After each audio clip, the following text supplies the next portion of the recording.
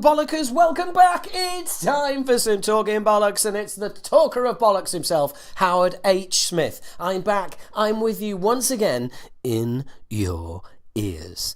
Hello, welcome. I am your host, Howard H. Smith. I am a stand-up comedian. You can track down my character, Keith Platt, who is my professional Yorkshireman comedy character at keithplatt.co.uk. Does anybody bother with websites anymore? Or all over social media. Also, I am the lead singer in UK thrash band Acid Rain. You can check us out at acidrain.co.uk. Does anybody really use websites anymore?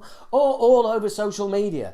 I also do a bit of spoken word, a bit of quizmastery, a bit of all sorts of bits and pieces, but mainly right now, I am your very own lovable cunt. That's me, your opinionated talker of bollocks, Howard H. Smith. And what, pray what, has been going on in the world of metal since last we spoke? Well, a few little bits and pieces.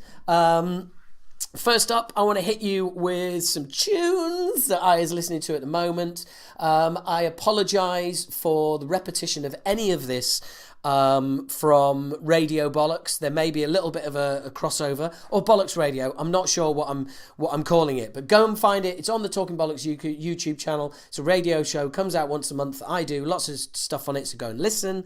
So I will, but there'll be a little bit of crossover. But the point I'm getting to is the new Candlemas album and the new Exhumer album are really doing it for me. Basically, really liking both those albums. And funnily enough, I got into Candlemas because of the Different Times podcast, of which Paul Waller is going to be on very soon. And I forgot to mention to him that I got into Candlemas because they mentioned it. And in fact, I've had to message him since the interview finished not long ago and tell him that. But anyway, the Exhumer album, the Candlemas album, is called The Door to Doom, which is very doomy. It sounds fucking brilliant, by the way. Oh, and the Exhumer album is called Hostile Defiance. So The Door to Doom, Candlemas, Hostile Defiance, Exhumer. Great albums, really working for me at the moment. Exhumer, it's nothing amazing. It's not rewriting thrash history or anything like that. It's just really, really well produced. It just hits you right between the fucking eyes. So I wanted to start with something positive, something for you guys to go out and grab hold of and go, yeah, I'm loving my music, I'm loving metal, because there's nothing better than that. And now, yeah, what else has been announced? What else has been announced is the whole Burn My Eyes Machine Head lineup. So yeah, they've got the Burn My Eyes Machine Head lineup is going to be together, well, apart from the bass player, but they are going to be performing the whole of Burn My Eyes in its entirety for 90 minutes. The other 90 minutes of your night of Machine Head will be made up with a as yet unannounced lineup. And that will be 90 minutes of inverted commas Machine Head hits, and then another lineup. 3 hours of Rob Flynn telling everyone to circle pit. No, thank you. What a twat. Not at all. Even the lineup changes halfway through the night because they can't all stand at 3 hours of Rob Flynn. So I don't know what makes people think we, the punter, the music lover, can bear 3 hours of Rob Flynn going, I want to see a circle pit here. I want to see a circle pit there. I want to see a circle pit every fucking where. Or something like that. But yeah, no, not having that at all. I'm not going on the I'm not going to that. Basically, that's what I'm saying. And yeah, that's it really. That's all I have to offer. Winger are recording a new album. Anyone? Winger? Anyone care? Come on, Come on now. I'm not last bid in the room. Come on. I am the metal auctioneer. I'm looking for a bid in the room on Winger. Is anybody? I'll start a £1. Anybody give me a £1 for a Winger? Anybody going to give me a £1 to get this auction started? Anybody? Anyone prepared to give 50p? 50p for Winger.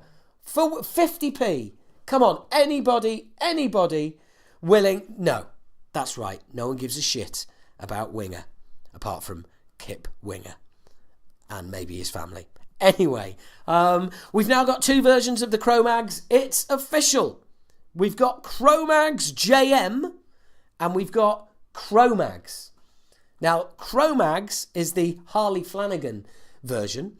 And if any of you who've seen any of Harley Flanagan's video interview, he's just some sort of weird video podcast or something like that, check it out on YouTube. The guy's off his tits. Absolutely on another planet. I mean, it's just fucking weird. He just rambles about stuff. Sometimes it's actually quite uncomfortable viewing. And the other version is the John Joseph version of Cro-Mags, which would be the version that I would go and see, but that's just me. That is just me. What else has been going on? We have, a new two bits of news about Rob Zombie. He's got a new movie coming out, and well, the best thing about a new Rob Zombie movie coming out is that it's kept him away from the studio and from making more of his shit music. If he's been making shit films, he can't be making shit music at the same time. So it's like it's kind of like the quid pro quo with Rob Zombie is, if he's making a shit film, phew, at least he's not making a shit album. And if he's making a shit album, phew, at least he's not making a shit film. The trouble is, he's always making something shit! Fuck me! Honestly, just like American hobo rock, fucking tramp metal, just fucking rubbish. Oh look, I've got women dancing in cages whilst I perform. Yeah, well you've got to have something going on stage that's worth looking at, because you're playing shit songs and you look like a bunch of fucking meth addicts. But there you go. And apparently, John 5 says that Rob Zombie is working on a new album, and it will be, quote, something else, says John 5. Well, I presume that means good, because everything else he's done has been shit. Absolute shit. I get fucking exercised by Rob Zombie. I really, really fucking do. See, people seem to absolutely love that guy. I mean, they worship him. Worship him. And I just think he's shit. I think I've got that across, haven't I? So, also, this is a little something. Kenny Duncan mentioned this on Twitter, and it's just been tickling me pink ever since. I'm about to ruin the song Hello from the Gutter by Overkill for you. So if you're an Overkill fan, and if you like that song, probably just skip forward 30 seconds or something, because I'm about to ruin it for you. So as for those of you who don't know, the chorus to the song goes, hello, hello, hello from the gutter. That's my best Bobby Blitz impression. He can punch me in the face for that when he sees me next. This is Kenny Duncan's version of that song. A loaf and some butter. And that just cracks me up. A loaf and some butter. And seriously, I have ruined that song for you now, haven't I? I've completely fucking ruined it for you. You're never going to hear that song the same again. Well, it's not my fault. It's Kenny, basically. So go find Kenny Duncan on Twitter and abuse him for that. There you go, Kenny. So next up, well, what a surprise. Someone's left a band and they're saying it's somebody else's fault, and they're saying they were getting ripped off and blah, blah, blah. Chris Fenn, he of the mask with the very long nose, who a friend of mine once said, Slipknot, they're all right live. I quite like them, but there's only so many times you can wank the nose on the mask on your face. There's only so many times you can wank the nose on the mask on your face. There's only so many times you can wank the nose on the mask on your face. There's only so many times you can wank the nose on the mask on your face. That is difficult one to do. There's a tongue twister, kids. Try that one out. Try it out now. Say along with me, in your office, out loud. There's only so many times you can wank the nose on the mask on your face. There's only so many times you can wank the nose of the mask on your face. There's only so many times you can wank the nose of the mask on your face. Oh, I fucking love it. I'm getting into it. There's only so many times you can wank the nose on the mask on your face. Oh, yes, I'm rocking. Go on, say it out loud. Repeat with me. Loving it. Love it. Great. Okay. So anyway, yeah, he left Slipknot saying that he's been getting ripped off, he's not been accounted to properly, yada, yada, yada. And Turns out he shouldn't have done that. And whenever you see shit like that, whether it's Dave Lombardo or whether it's Chris Fenn, you know that long term they're going to end up being wrong. And a statement from the Slipknot solicitor basically said, even a cursory review of Fenn's complaint reveals the complete absence of necessary allegations. Among other defects, the complaint alleges no facts concerning the circumstances under which the de facto partnership was created, the nature of each alleged partner's interest, Fenn's contribution, the purpose of the partnership, of whether Fenn, by entering into his alleged business arrangement, undertook to share losses. The complaint must therefore be dismissed. In other words, he's had somebody in his ear saying, oh, you know, you should be getting more money. You should be... This always fucking happens. There's always somebody somewhere whispering in someone's ear saying, you can get more money, you can get more money. Total tangent. But does anybody ever remember Nicholas Anelka's brothers who were his agents? And Nicholas Anelka constantly moving club because every time he did, he got a fucking signing on fee of which the brothers got a chunk from. I appreciate that's a fucking tangent, but hey, what do you expect from the king of tangents? Yeah, it just, yet again, somebody goes fucking postal on their band members, on management structure, and everything else for no fucking reason. Such a shame. Such a shame. So, what else has been going on? Kill Me Now. New Baby Metal song, Elevator Girl. Well, I think that's quite apt because Baby Metal is basically elevator music. It's metal that has been made to be played in elevators. It has no artistic quality whatsoever. There's now only 2 of them because one of them has left and is going to go on to do some fucking solo career, right? But they are a J-pop act. They are referred to as a J-pop act, as in a Japanese pop act. We've got K-pop, Korean pop, J-pop, Japanese pop. They are a band that has been put together, I've said it before, I'll say it again, by a management company. It is a J-pop money-making scheme. That's all it is. Has no artistic worth. And they call it, right, I'm going to make a mess of this, they call it Kawaii metal or Kawaii metal, Kawai, Kawaii metal. Kawaii meaning cute.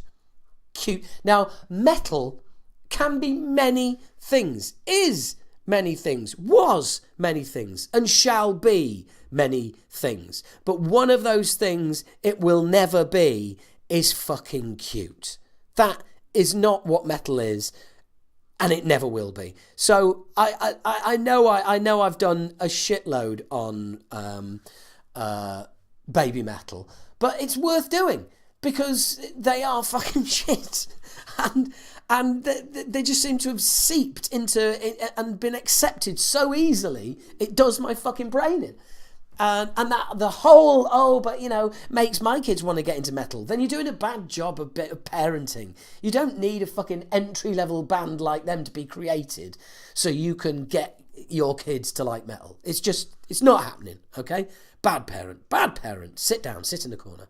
Anyway, some other shit that's going on. Right, this has been exercising me quite considerably. At the moment... Yet again, we've got a few people saying, oh, rock and metal is dead. We've got a few people saying, it's not dead. We've got a few people saying, it's never going to die. We've got a few, and I'm just absolutely sick to the back fucking teeth. It seems to be, sorry. Nice. It seems to be either a question that does the rounds or some artist suddenly decides that they're going to say that they think metal is dead or rock is dead. You know, it's usually somebody that's nothing to do with rock and metal, or it's somebody who is to do with rock and metal. There's always, and this whole thing, this whole debate, this whole, oh, rock's dead, no it isn't, yes it is, oh no, I think it's as healthy as it's ever been. I think it's in the most unhealthy state it's ever been. I think it's unoriginal. I think it's really original. I think there's stuff, nothing's going on. Everything's going on. No one's buying product. There's product being bought. Everyone's streaming. No one's streaming. What the fuck? All this fucking moaning does my head in. People going on about whether metal's alive or dead. Here's how it is, folks. It's a music genre. It's not going to disappear anytime soon. Just like rap isn't, just like grime isn't, just like pop isn't. No genres are going away. They're not disappearing. I mean, metal is as broad as it's ever been. Look at all of the different fucking genres there are. I mean, yeah, so the genre of heavy metal could die tomorrow. It'd still leave another 250 genres in its wake, including fucking naturecore, for fuck's sake. So why are we even having this conversation? Oh, rock's dead, metal. It's fucking pathetic. It's people desperate to try and get some attention. Desperate for press, desperate for attention, desperate to get their pathetic little voices heard. It's always going to be around. It's never going anywhere. It will always exist. And it will just go through its peaks and troughs as it has over the last 50 fucking years since it was invented by Black Sabbath, right? It's gone in peaks and troughs. It's been peaks and troughs. It's been really popular, and then it's been not so popular. Been really popular, not so popular, and then it wavers in and out. And do you know what? I don't give a shit. Okay, it's more than music. It's a subculture. Subcultures do not disappear. They don't just vanish.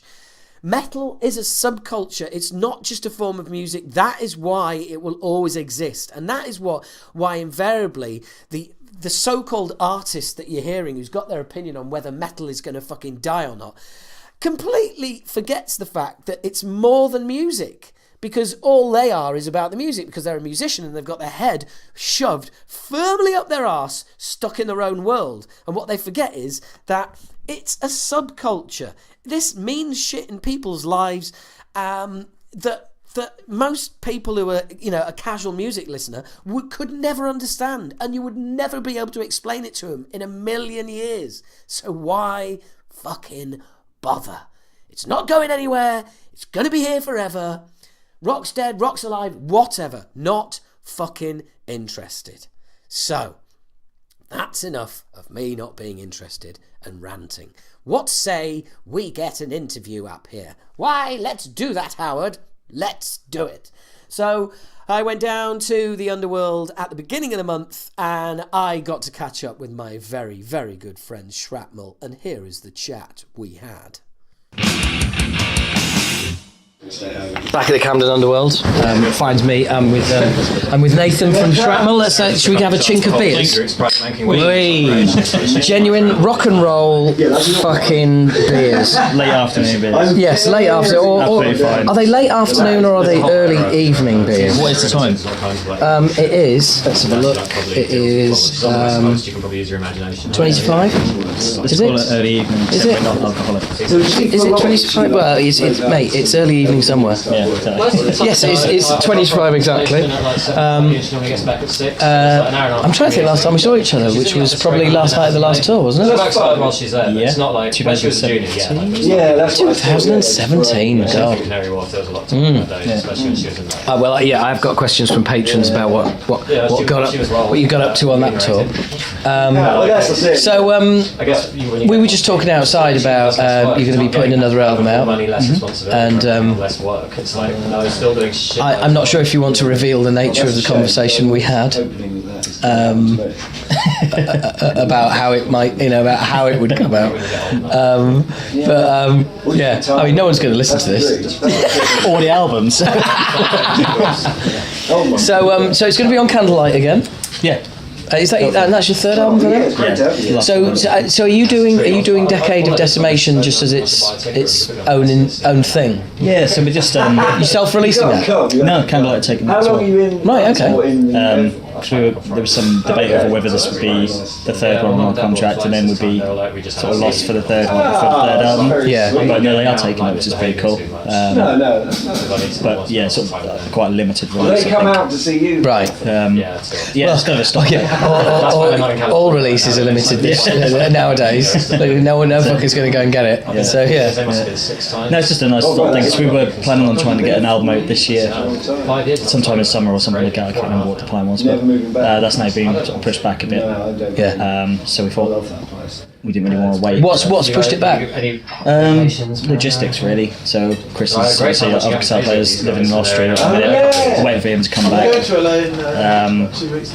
Yeah, that's it mainly. Really trying to get some gigs together and things like that. The finances nowadays are more and more squeezed and stuff. So we're going to book up. We'll probably start recording in August sometime. So yeah, it's about February. Yes. Yeah. Well. Yeah. Yeah. I mean, fuck. We started recording in August and it's going to come out.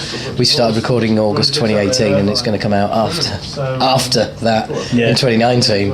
But it's just the way of the world. But I mean, at least you're planning for the future and you're looking ahead. About to lose Kai on bass. We are. Yeah. She's, so should people apply to various channels to become a bass player? I think once the EP's out, we're then we're having a little, after this tour, we're having a little break for a few weeks and then waiting for the EP to come out, and then we're booking up shows and stuff like that, so we'll be auditioning people and whatever. So, but then Kai's, we're not 100% sure if Kai's leaving anyway, so right, okay, because it depends on if he gets a job or not. Yeah, I think so. So, well, if it depends on if he gets a job or not, if I were you, I'd be pretty confident he's not going to be fucking leaving. He's a fucking bass player, come on. These personal beers or are they riders? They are all of ours. Oh, yes. Well, I wish you, I wish you all the best. Still loving it though, Yeah. Still at it, still enjoying getting out Actually, there. that was one of the cool things about the EP, because yeah. What? Big boy time. That's big boy time. All right, okay. Thought it would be big. Yeah, no worries. Well, let's carry this on after soundcheck. Okay, so that was soundcheck out of the way. It has been completed. It is done. Soundcheck is done. It is all done. There we go. So I have with me Nathan again, and introduce yourself, good man. Chris Williams, drummer of Shrapnel. There you go. Now I should explain as well that they've both got a mic on each and I haven't, so that's why I might sound a little bit like in the distance, kind of. But so Chris, well, this is the first time we've ever met, isn't it? It is. Yes. This is the first time we've ever met. Yeah. But you were the original drummer. Yes. Shrapnel. For the first 2 years. I just called you Thrapnel for some reason. Thrapnel. Called. I actually think that's a better name, but never mind. Let's move on. It's all gone very Alan Partridge. So what made you leave? What made you come back? Actually, let me just stop you there. Yeah. What made you leave? Don't know why I asked you that question. Met the rest of the band. Yeah. Know why you left. No. So what? You left. You came back. Yeah. Left. I'm trying to think now. It would have been about March 2010, I believe. Jesus, time flies. Yeah. And then, left for just personal reasons, etc., etc. Not really worth going into. Thank you, Nathan. Yeah. And then early last year, January, February time, I've remained in contact with the guys. So there was no hard feelings? No, none at all. It was all fine. It was all amicable. Fuck you. Well, it was from your side. You should have heard what they used to say about their old drummer. When we told them, not at all. Yeah, then like I said, early last year, got a message from the guys asking me back, just saying, do you know of a good drummer? And I said, no. But classic. I am available. I was going to say classic Shrapnel. All right. Chris. We've got a drumming place in the band again. Oh, really? Yeah. Do you know anyone? Yeah. It was you insulting fucks. It was pretty much worded like that. I've said for the past few years that is so Shrapnel. Should anything, should the stars align, etc., etc. It's like, I'll come back. And then I got this message first thing in the morning, and it's one of those, oh shit, and dropped my phone, scrambled after it, picked it up, and said and rehearsed later that day. And let's do this. And then here we are. Hell, rehearsed later that day. What were you going to do if you said no? Probably go for a pint. Yeah. Imagine that though, like if the stars align, you'd expect more than joining our band, wouldn't you? Well, quite clearly, Chris seems to think more of it than you do. Yeah, we've been hanging out for a while, haven't we, beforehand? Yeah. So we've been jamming a few things as well. Right, so it was on the cards. Was that, your... Because how long were you without a drummer then? Not long to achieve the next, because Johnny, obviously. Yes. Who I always want to call Mark. Mark, yeah. I don't know why. Let's call him Mark. He'd moved out to the US for a bit. Yeah, and we had fish and chip shops and all that. Yeah. So he was doing that, and then we kind of weren't sure if he was coming back, so it was kind of on the cards. Okay, hang on. Can I just say that isn't that the Shrapnel way? Somebody in Shrapnel goes abroad and you're not quite sure when they're coming back or what they're doing. And then 3 years later, you sort of do something about it. Maybe. Yeah. No, so it was on the cards that I was going to leave anyway. Then, he decided there's obviously better things to do. So we've been talking anyway, so it's quite easy to change, isn't it? Oh, I did give you a pass, didn't I? You did, thank you very much, mate. Thank you. See? It's a face. I'm a face round here. You know what I mean? Yeah, go on. What was it? Yeah, last year. So 8 years. I've been away from the band, come back, and then. So very much you're very much the Paul Bostaph of Shrapnel. Go away for a few years, come back, no hard feelings. Probably leave after this tour. I guess so. I wouldn't mind being compared to Bostaph. Who wouldn't? I wouldn't mind being compared to Bostaph, and I'm a vocalist. Well, in the loosest terms. Thank you, But speaking of which, just on a completely side issue, did any of you get to see the Slayer retirement set? Yeah. Where did you see him? Wembley Arena. Where are you? Guys, I was there. Yeah. He got us download. It was I'm not. I'm because, there on Sunday, purely for Slayer. No, I'm not going to be a download for Slayer because I don't think the best way to see a band is at a festival, ever, and nothing will beat that Wembley Arena experience. Which was the most extreme gig I've ever experienced. I've also never had an atmosphere like it. This is really weird, right? I don't remember an atmosphere walking away from a gig like that. Everyone was walking around. There was loads of people shouting Slayer, which is normally really annoying, but wasn't. But there was also just a kind of feeling of like we were all leaving this mass funeral. Do you know what I mean? It was like there was this feeling of loss, this kind of feeling of like I don't know about anyone else, but I remember just feeling like I could not. It would not compute that that's the last time I'm going to see Slayer. Yeah, especially with they were just. I'm not just going to say it because they're one of my favourites, but they really were fucking on it. And they have been. Yeah. They have been since they've been doing the tour. It's sounding incredible. And you think it almost doesn't seem right that they're calling it quits just yet. Well, it was probably the. I mean, it's better. That was a better Slayer show than some I've seen with Hanneman. That's all right. That's fair. It's much to say that. So it was incredible, wasn't it? Well, yeah. Well, for all these dicks, you know what I mean. The minute no Lombardo, no, the old, exactly. It's like, well, no, it's still going, and and people slagging off Kerry King. If it wasn't for Kerry King, Slayer would have packed up years ago. It's a boring conversation. It is. It really Kerry is. King, you wouldn't have Slayer. Yeah. And I tell you what, if it wasn't for the financial collapse of 2008, you wouldn't have had Slayer because Tom Araya would have retired by now. But he was hit financially with a lot of his investments went under in 2008. That's why he's still going. They would have been done by now because he's wanted to quit for 10 years. Yeah, it's been on cards, isn't it? So that was just the way it is. Yeah. But anyway, it's nice to branch out and talk about another band. Well, I think if you're talking thrash, you've got to mention Slayer at least once. Slayer and I don't know, Acid Rain. No, it's a joke. Shrapnel. I always feel like you're kind of like our illegitimate children, because we're so much older than you. Nath, you've been. Is it which university are you currently? about to finish at Oxford. You were about to finish at Oxford. Jesus. And I just started, right? I remember. Yeah, I remember you. You were just getting. You just got an offer, hadn't you? Didn't you get an offer from Oxford and Cambridge? Yeah. I think that's on the tour video, actually, isn't it? Of. Yes. Say something. Say something. That's the first thing I should have done, actually. So what have you been taking there? International relations. International relations, fucking hell!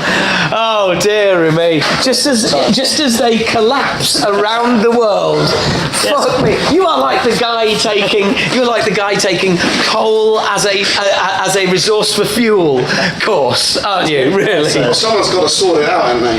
yeah. This will be a thrash, eh? If anyone's going to sort it out, it's going to be Nath with his famed ability to handle alcohol. Yeah. My interpersonal skills too, obviously. I think your interpersonal skills are excellent, mate. That's good. When there's like really bad global crises going on, Yeah. that's when we get jobs. So. Brilliant. But I mean, have you missed the metal while you've been doing all I that? have.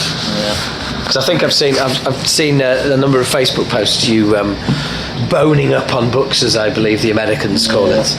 And well, you know that international relations. You know, They do say that. They do say that. Yeah, they do. No, I've been trying to get back as much as possible, so I don't spend like more than sort of 3 weeks at a time. Has it been an enlightening experience? It's been an expensive experience. So. And is it going to? Is it going to? You know, is there not a job at the end of it, but is there something that you want to do at the end of it? Because I presume you don't take international relations and go, yes, right, now I can go and work as a trader. Yeah, back to the factory. So there's a couple of applied for a few things this summer, but I've also got an offer to sort of stay there for the next couple of years as well. Oh right, okay. So the caretaker's retiring. Yeah, basically. Yeah. Cool, excellent. No, so it's got, I mean, I might stay there because it's not been too bad, is it? Been getting back quite regularly. Yes. We haven't not been able to do stuff. So. Yeah, it hasn't hindered us doing anything. Oh come on, of course it hasn't. He's a bloody student. Like anyone's going to notice if he's there or not. Exactly. It's like ideal gig for, isn't it? Really? He should be there right now. Yeah. Oh, actually, you can say that about the band. Come on, you know, no one's going to notice if he's there or not. Exactly. Well, they are. They are, because it will mean that most of the rider hasn't been drunk. It's true. Yeah. This man had to buy us a rider for drinking it all at one of the gigs. Where was that? Every show. we walked in and there was, that was Newcastle. So you must have drunk it all. You must have drunk it in Glasgow. So we played Glasgow and then we came down to Newcastle. There was one where I drank all your beer and then blocked the toilet. Brilliant. But See, yeah. back in the day, that would have involved our management having a conversation with your management, and then you getting thrown off the tour. Nice work. Nice work. It's not my fault. It just comes to me. Yeah. At this point, I'd like to point out that Nathan's had a can of beer rolled across the floor to him by Jay, who has the best excuse for not being at a sound check ever. He was stuck in traffic. I'm sure Freddie Mercury would have something amazing to say at that point and then end it with Darling. It's fashionable to be late, darling. Well, it's funny you should say that, because in the least surprising diagnosis since Freddie Mercury got his AIDS diagnosis, I was recently diagnosed with ADHD. No shit. Yeah. There you go. That's the reaction of everyone. That is the reaction of, honestly. Yeah, I know. Honestly, everybody I've said it to has just gone like, well, yeah. Did you not know? We know that. Yeah, did you not know? We all knew. It's great though, because it's going to give me a way of dealing with gay men, because gay men love me, right? Because I have a childish, youthful appetite for life, and they mistake that for gayness. So now what I can say is like, look, whatever you're picking up on, love, it isn't gay, it's ADHD. Now, piss off unless you've got tits.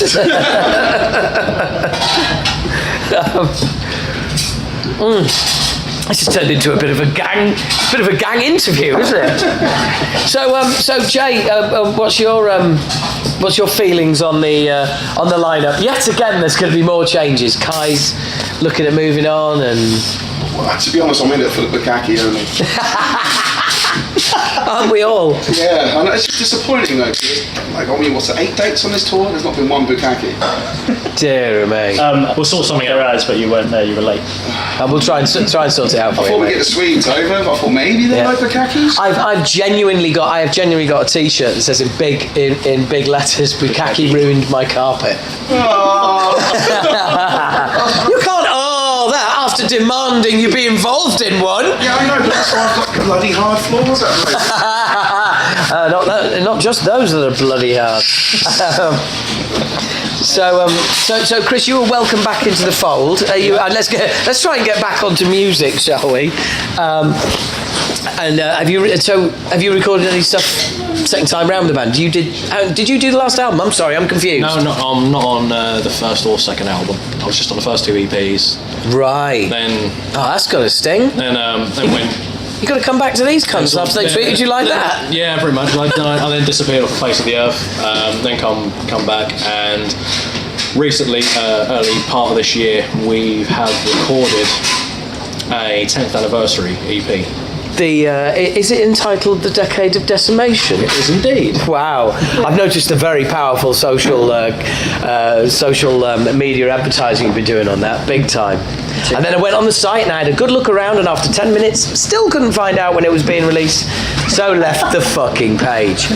I did, it's like, it's all there. Do you want this? Do you want this? Do you want this? Yeah, but when is it available? April 5th. April 5th. You can pre-order.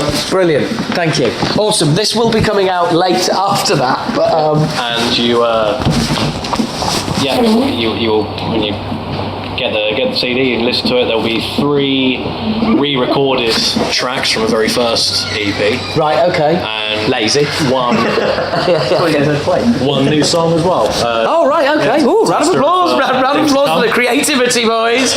One new song. Actually, do you know what? I'm sorry. You're looking at somebody who's released 2 new songs since 2015. I humbly apologise. And no new album since 1990. I should shut the fuck up. I do apologise. Slapped back into my place. Good. Well, I mean, coming back, was it just like, whee, I wish I'd never been away, or was it just like, For me personally, yeah. Yeah? Yeah. I wish I never left. Looking back. Really? Yeah, so... don't do that. Don't do the hindsight thing. No, you had your reasons. Yeah, exactly. So, but whatever happened has happened, and that, but it's sort of back now and just all looking forward, looking forward to recording the next album, which we have been writing, and how far are you into the writing of that then? I think music-wise, it's almost there, isn't it? It's we're just. Is it a bit like the soundcheck? Is it? We're just sort of down to fine-tuning the songs now, sections, etc. and stuff like that. Then we're sorting out the vocals, the lyrics. Right. I wouldn't want to put a deadline when a date of when we're going to hit the studio, but we are looking at late summer, early autumn. So we'll see. This EP we recorded with Scott Atkins, Grindstone Studios. Right. Great guy to work with. I was just going to say, he was good to work with, yeah. Yeah, he's really, really on the ball, and just great at his job, but a really great guy as well.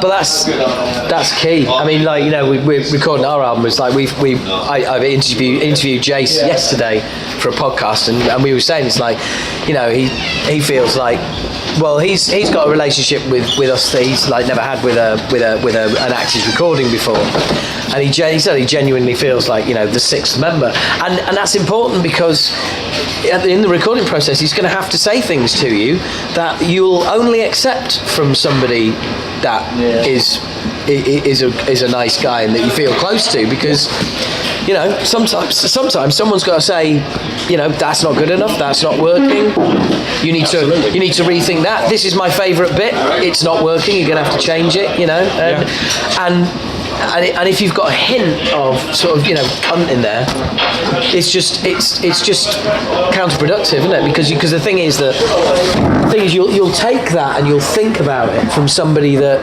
you admire, you respect, that you get on with.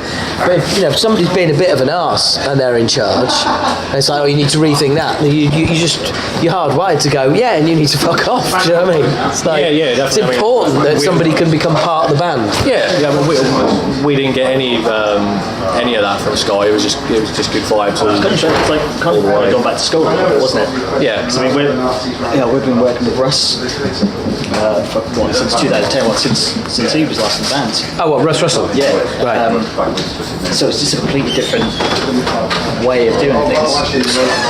In what sense? Just actually, technically. Yeah. Right. So what? So Russ is Pro Tools and he isn't, or No, what? just performance-wise. So Russ should go in, get drunk, to track the song in one take all the way through, repeat that process, do a few droppings and things like that. Scott's way more technical on every single part. You should track a version for 10 minutes.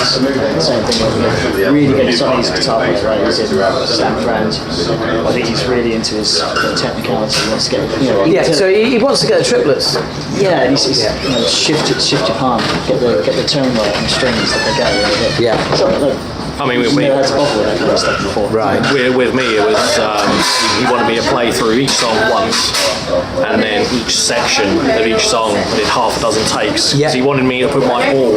Yeah. Oh, yeah. No, absolutely. Into each, so it just sounds massive. That's exactly the way we were. Where you record the drums in sections. Yeah. Because especially thrash, because if you record it all in one, by the time you get to the end of the song, you're knackered. Yeah. You need to be that. So it's literally first. As soon as you've got a stab, that's an out for the drums. Yeah. Even if we're writing a tune, when you're writing a tune, you think of how you're going to be recording it, and you think and it comes, and you think, oh right, let's put a stab in there, because when we're recording it, that is, as well as it sounding cool, but when we're recording it, that's going to be a great place for, to be able to get out. But it makes complete sense, absolute sense. So that's the first time you guys have worked like that. Yeah, it has been. Right. So hopefully we'll go back, at least doing drums with him again. Maybe the whole thing, I'm not really sure yet, but maybe the 14 chord moving again. Yeah, definitely.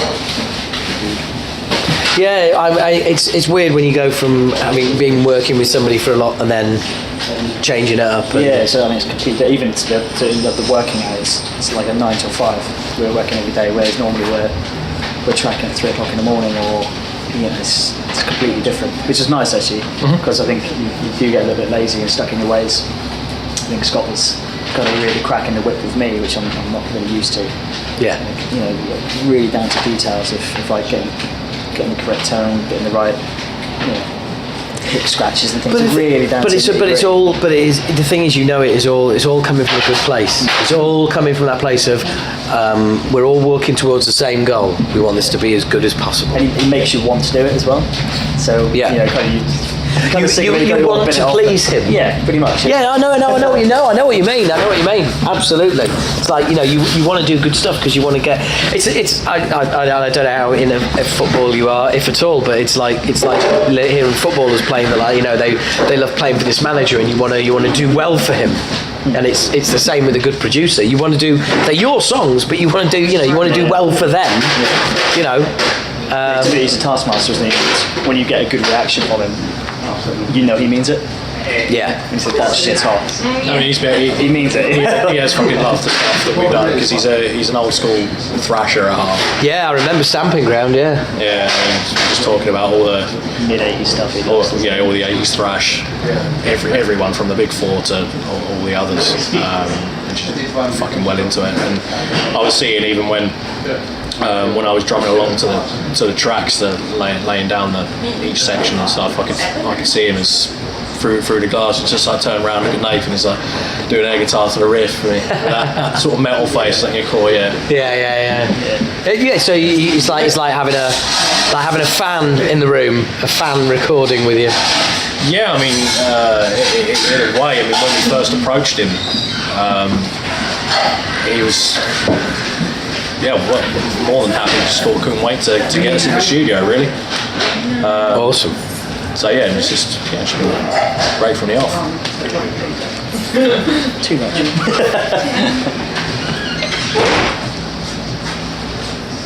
Right, okay. For 4. Oh, right, okay, fine, yeah, I got you. We went over. Yeah. We went over like. Sorry, we were doing hand signals, and there I was asking Nath how much it cost to record, and he was giving me hand signals. I was starting to get worried about these different hand signals going on. Yeah. Okay, there's obviously some sort of past here. Oh yeah. Nath and I go back. Yeah, way what goes back. on tour stays on tour. Yeah, no, we go way back. Dressing room, you know what I mean? Well, no, it's good to be getting some stuff out, and 10 years, a decade, marking. I mean, I think I can pretty much say this with ultimate confidence. When you actually named the band Shrapnel, if somebody had said to you that in 10 years' time you'd still be around, you'd be doing an EP just before your 3rd album, I mean, you'd have laughed them out of town, wouldn't you? Yeah, we would probably go back and change our name. Yeah, but the thing I remember you saying to me, you didn't think you were ever going to be any good or ever be able to do anything. So just it's this throwaway fucking name for the band because it's not going to matter because we're not going to ever do it. Yeah, that was the problem. So we've been like, we've broached the subject a few times. That is so even recently. That's so like, British though. Should we change our name? Fuck that. 3 Fuck albums. that. And in the words of Kenny Powers, fuck that noise. Yeah. In the words of Samuel L. Jackson in Jackie Brown, fuck that noise, Jack. Yeah, you are what you are.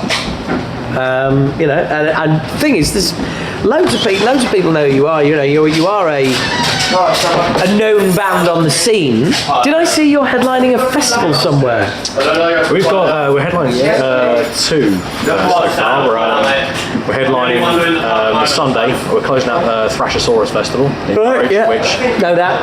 That's pretty much going to be our real 10th anniversary show for us. That's Well, it's hometown, isn't it? Because when we played there, it also falls close to when we actually formed 10 years ago. Right. About a week or so removed, I think, from the actual date where the band sort of first got together. Well, when we played there, your excuse from this, but these cunts didn't turn up. And apparently they were away, and we found out, and we had a number of one of the wives / girlfriends of the band, and then we were going to go round, and have a picture in the front room with her, and then send it to these guys and going, looking after home for you. You know, and we were so going to do it. We really were. Is that mine? I feel like it's probably mine. Yes. Yeah. That was so fucking tempting. Just to send you a picture of all of us in your front room with like coffees. You know what I mean? All about to get our trousers off, obviously. Where did we say we were? I think you were. Yeah, where did we say we were? Yeah, we were at home.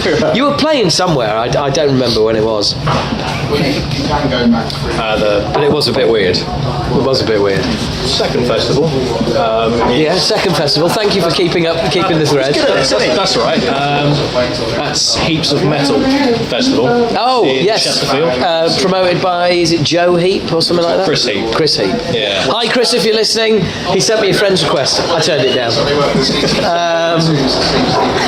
To be fair, he did send me a message, which is nice, because on my Facebook it says, unless I've met you, well, unless we're friends, I'm not going to accept your friend's request. Do you know why? Because we're not friends. And it doesn't matter how many mutual friends we've got, that doesn't mean we're friends.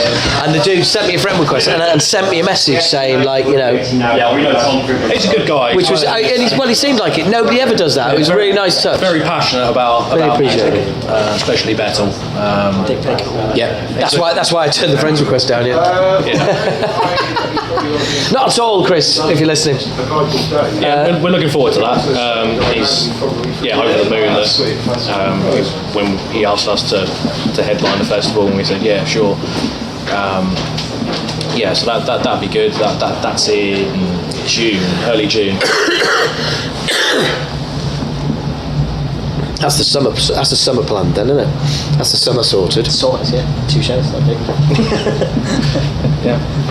So, is there a grand plan moving forward, or is it just like album by album? Not at the minute, but this is what we need to do when we think we're going to finish up this tour, have a little break, and then sit down and actually do some planning, which we never did.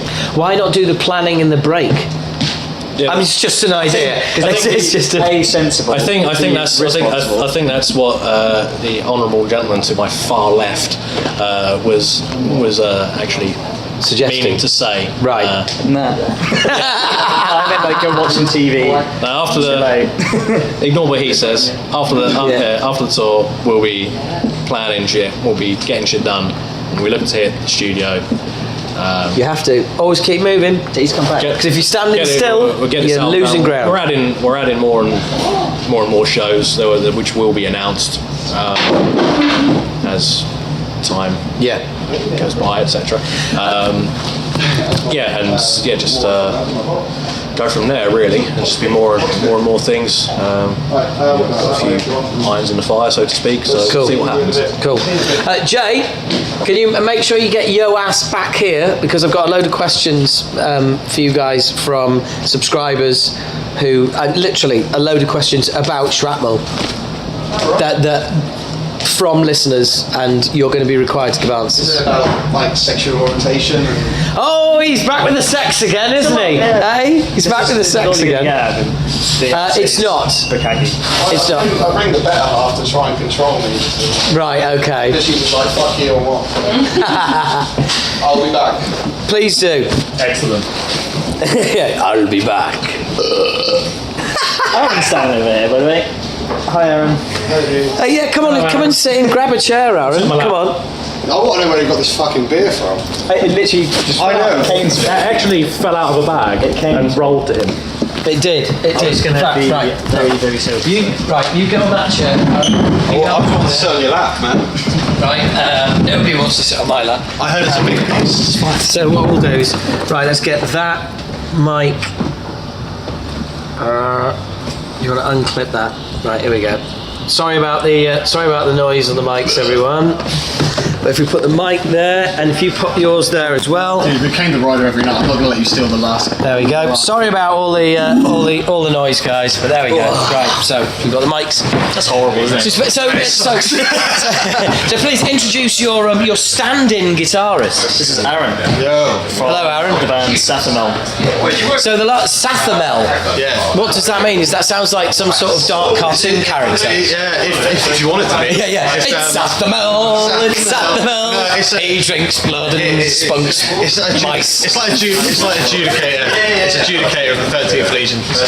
Right. Okay. So it doesn't mean it's a band name, you know. It's Right. the same as Acid Break. Does it actually happen? Probably not that much. Probably not. No. Fire alarm off, didn't I? Well, it's the only noise you've made in this venue so far today.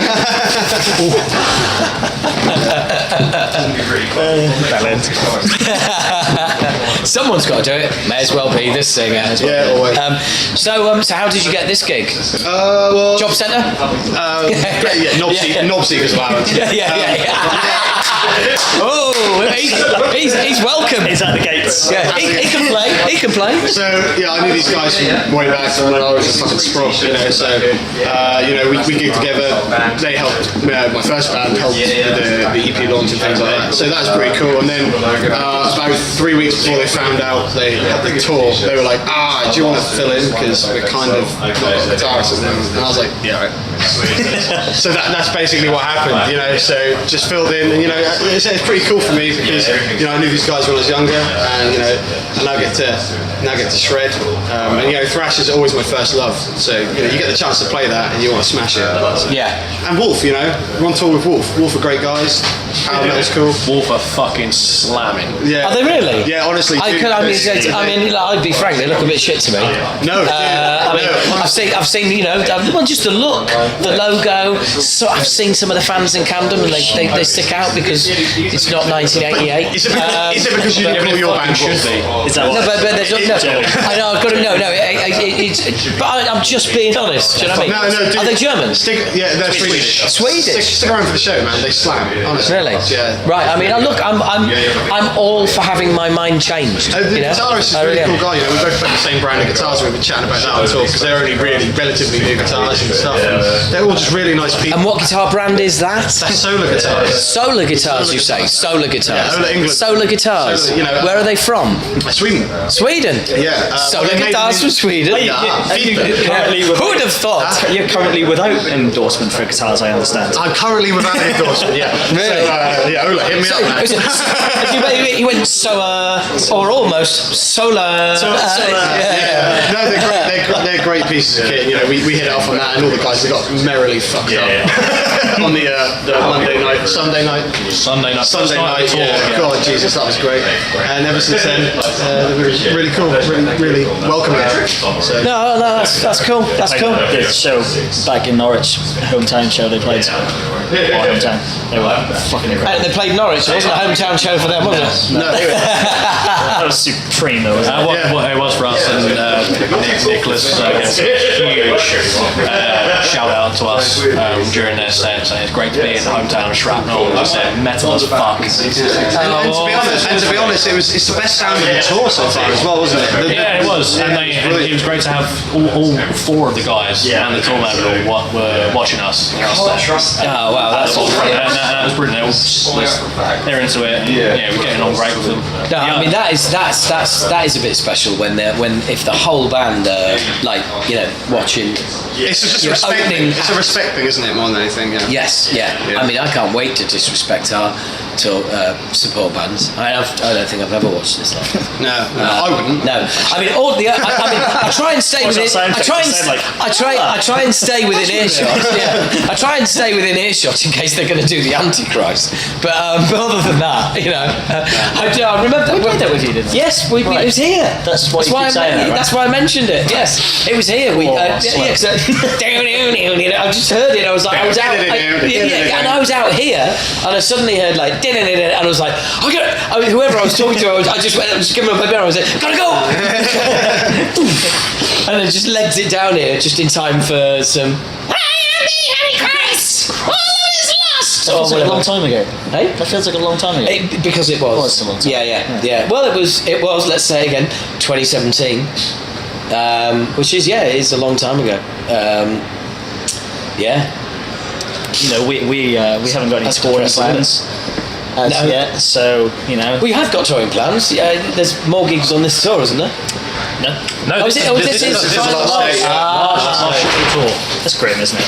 Oh, dude, what is it? Is it Carlsberg? Absolutely. Sucks. I thought it was. Sorry, I thought it was Heineken, and I was slightly jealous. Speaking of tour again, if I would like. Yes. Would like to mention Primitype, who fucking the second support band on the tour. All right. Fucking awesome band, great musicians, and that also goes towards just an awesome band, great musicians. Primitype, kind of modern hard rock, heavy metal, but with shreds, man. Swing guitar works absolutely unbelievable. Absolutely, they have shredding for breakfast every day.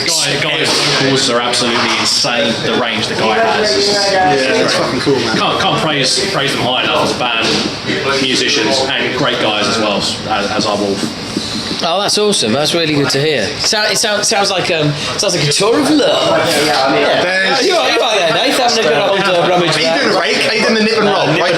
Can we discuss this, right? Right, when any dude itches their balls, right? It's never a scratch. No one scratches their balls. It's a nip and a roll, isn't it? Or it's a rake. Yeah, it's a rake. Are you with that? You nip upwards. If you got. Oh yeah. Hell yeah. You scratch upwards. Oh hell yeah. Maniac. Hell yeah. Scratch upwards. Hopefully break the skin. Have a little bit of scab the following day. With any luck, it might get infected. I like to relieve cheese grater. Weird. Scrape. The rake. Yeah, but you can do the whole. What is it? The shaft? Yeah. Why is it the tone's got to be lowered? We've got head ups just talking about cock. Oh, yeah, but don't worry, but this is perfect for this podcast. Why don't you talk about your cock? If anything, you're hiring the tone. But I'll tell you what, look, That's what I was doing. that's enough strolling around the paddock chat.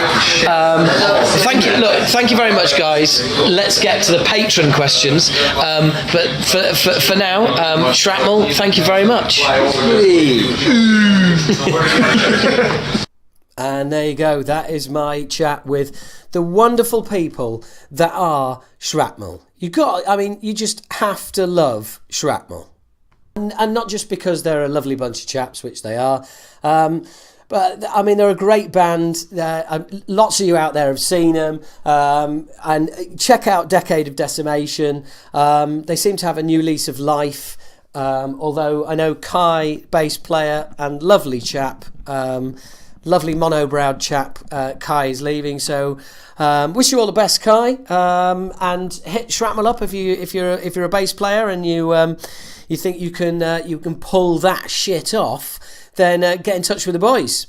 So, next up, one of my favourite films of last year, Bohemian Rhapsody, is to be released in China without mention of Freddie Mercury being gay.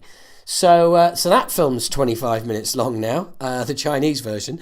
That is just fucking ridiculous. I mean, I do have a bit of an issue with that because, I know they played fast and loose with many issues and historical issues in the film, and people had a problem with that, and I didn't. But I think, forgetting it, removing the fact he's gay from the movie entirely just feels a bit wrong. But then again, what would have Freddie done? Freddie might have said, "Oh, absolutely, love, make as much money as you can." I mean, who knows? But it just seems a bit weird, and I haven't got really anything more to offer on that. I don't know, it just feels wrong. Speaking of movies, I've done it. I have watched The Dirt. Everyone's talking about it. It's all right. It's a bit knockabout. The singer has a nose like a dog. I can't ever get past that. The guy who plays Vince Neil just constantly looks like he needs a bowl to go and just sit and start sipping water out of. It's weird. But other than that, it reminded me of a time and some, look, Motley Crue, there's been worse bands. They had some fucking hits, right? And, there have been worse bands, and they did contribute a huge amount to my sort of early years musically. But yeah, it's not a great film. I think it does bottle out to a certain extent because ultimately, the Heroin Diaries, all of that shit. I mean, the movie is never gets grimy and dirty the way a movie about heroin addicts should. For me, it's a little bit mainstream. It's basically, if they made the movie of the book, if they made it for real, it would be X-rated. So they've toned it down a bit, and by toning it down, I just think it loses a bit of balls. So anyway, look, we'll check it out if you want. It's a bit of fun, bit of fluff. I kind of enjoyed it, but whatever. Also, I've said it before, and then it stopped, but now I'm going to say it again because he started doing one again. There is a D. Schneider podcast. Yes, folks, a D. Schneider podcast. So look it up. It's on the Gas Digital Network. The guy is just talks sense. He's a ledge. Come on. If you know what's good for you, you'll be finding the D. Schneider podcast. Anyway, next up, I really have tried. I have tried. Okay, guys, I've tried. I've tried to get into Devin Townsend. I have tried. Yeah? But, quiet, whispery, oh, beautiful music. Impossibly loud and heavy symphonic riffs. Oh, very quiet again. Lovely soft singing. Rockers screaming. All of that shit. It's all all wonderful. And I'm very pleased for those of you that like Devin Townsend and get off on that. I just cannot do it. It's just not working for me. It's not working for me. Now, I have got into one of his albums, so just bear with me. I'm just gonna have a look for it. Hang on a sec. Okay, so here it is, and it is Devin Townsend Project Addicted. Okay, that's the one album of his that I have got into, Addicted. I don't know what year it was.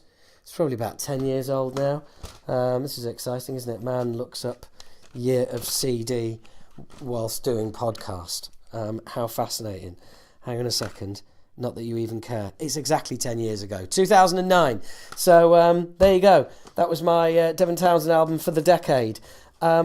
I just, other than that, and there's some cool stuff on that, but I just can't do it. I can't. Don't get me wrong, he's massively talented, he's funny, he's a great singer, he's a great performer, he's a great musician, he's fantastic on social media. I mean, I like the man, and I like how incredibly relentless and creative he is. Just can't really find too much musically of interest. Sorry, just not doing it for me. Not doing it for me. I'll tell you what is doing it for me, though. I am now going to play you the interview, what I did with Paul Waller of Ohhms and also of the Different Times podcast. And I finished doing that before I started doing the podcast. It's podcast days, Dave Hughes. And just before I started doing the podcast, I interviewed Paul Waller. We had a great laugh, had a really good chat, and you're going to hear that now. Enjoy. Morning. Good morning. Hey. Hey, how are you? I'm doing good, H. How are you? Yeah, I'm really well, man. I'm really well. I've been looking forward to this. I've got to be honest. So am I, man. It's a really weird way life turns out. Yeah, isn't it? It's kind of odd because we listen to each other's podcasts, so this doesn't feel like the first time I've spoken to you. Yeah, and do you know what? I listened to your records for so many years, thinking that I know H, and then I interviewed you some years ago. Really? And yeah, I did. I interviewed you for a Scottish magazine that I was writing for when the online boom had just started, sort of thing. What was it called? Right, it was called Penny Black Music. Right. Yeah, but basically I was trying to work with Penny Black to sort of learn my chops, and I just went out of the blue and just. They didn't ask me to do it. I just thought, I'm going to interview H because I want to know what happened to that bloody Celtic Frost gig. And you were up for it, yeah, so we spoke for an hour. It was good. Oh, yeah, that sounds like me. I bet you couldn't shut me up. Well, what intrigued me most about that interview was that you hadn't stopped your passion for metal at the time. And that was really intriguing. So I could have gone down that path, would have made a really good interview, but instead I was just hammering on about that bloody show that Tom G. Warrior said, no, don't want any more thrash bands. Yeah, right, the tour. Yeah, the tour that we were thrown off before it started. Yeah, so I fucked up the interview because I was just wanting to know stuff to clear my past up. So yeah. Well, that's absolutely fine. I mean, funnily enough, I was on Facebook the other day, and I put there was a comment. Do you know Dave Ling? Yeah. Well, Dave had commented that he was going to interview Manowar, and they'd asked for a list of questions to be sent over. And he was just like, who the fuck do they think they are? And I commented and put, did you remind them that it's not the 90s? And it got 3 likes, and one was from Dave Ling, one was from somebody else, and one was from Thomas Gabriel Fisher. And I was like, oh, it's like that, is it? Hey, oh, you fucking like that, do you? Well, bastard. not that I'm bitter or anything. Yeah. So look, I've got two burning questions that I wanted to that I wanted to talk to you. Firstly, I go to send you a message on Facebook, and there is a message from the 8th of March 2013. Thanks for your message, and the answer is, of course, yes. I'd prefer phone, and you can get me on during tomorrow. Now you've told that story. I thought that was for the podcast, and you just never followed it up. No, man, we did that interview, and it was really good. And that was when I found you out to be a regular human rather than this rock star that I had in my head. Oh, fucking hell! Yeah, no, I've never been confused as a rock star. Not at all. I haven't got any platform boots or well, not that I'm aware of, but one day. Well, and the other question I've got for you is, how can you like Kiss? Well, do you know what? I fucking hate Kiss. What? I've hated Kiss.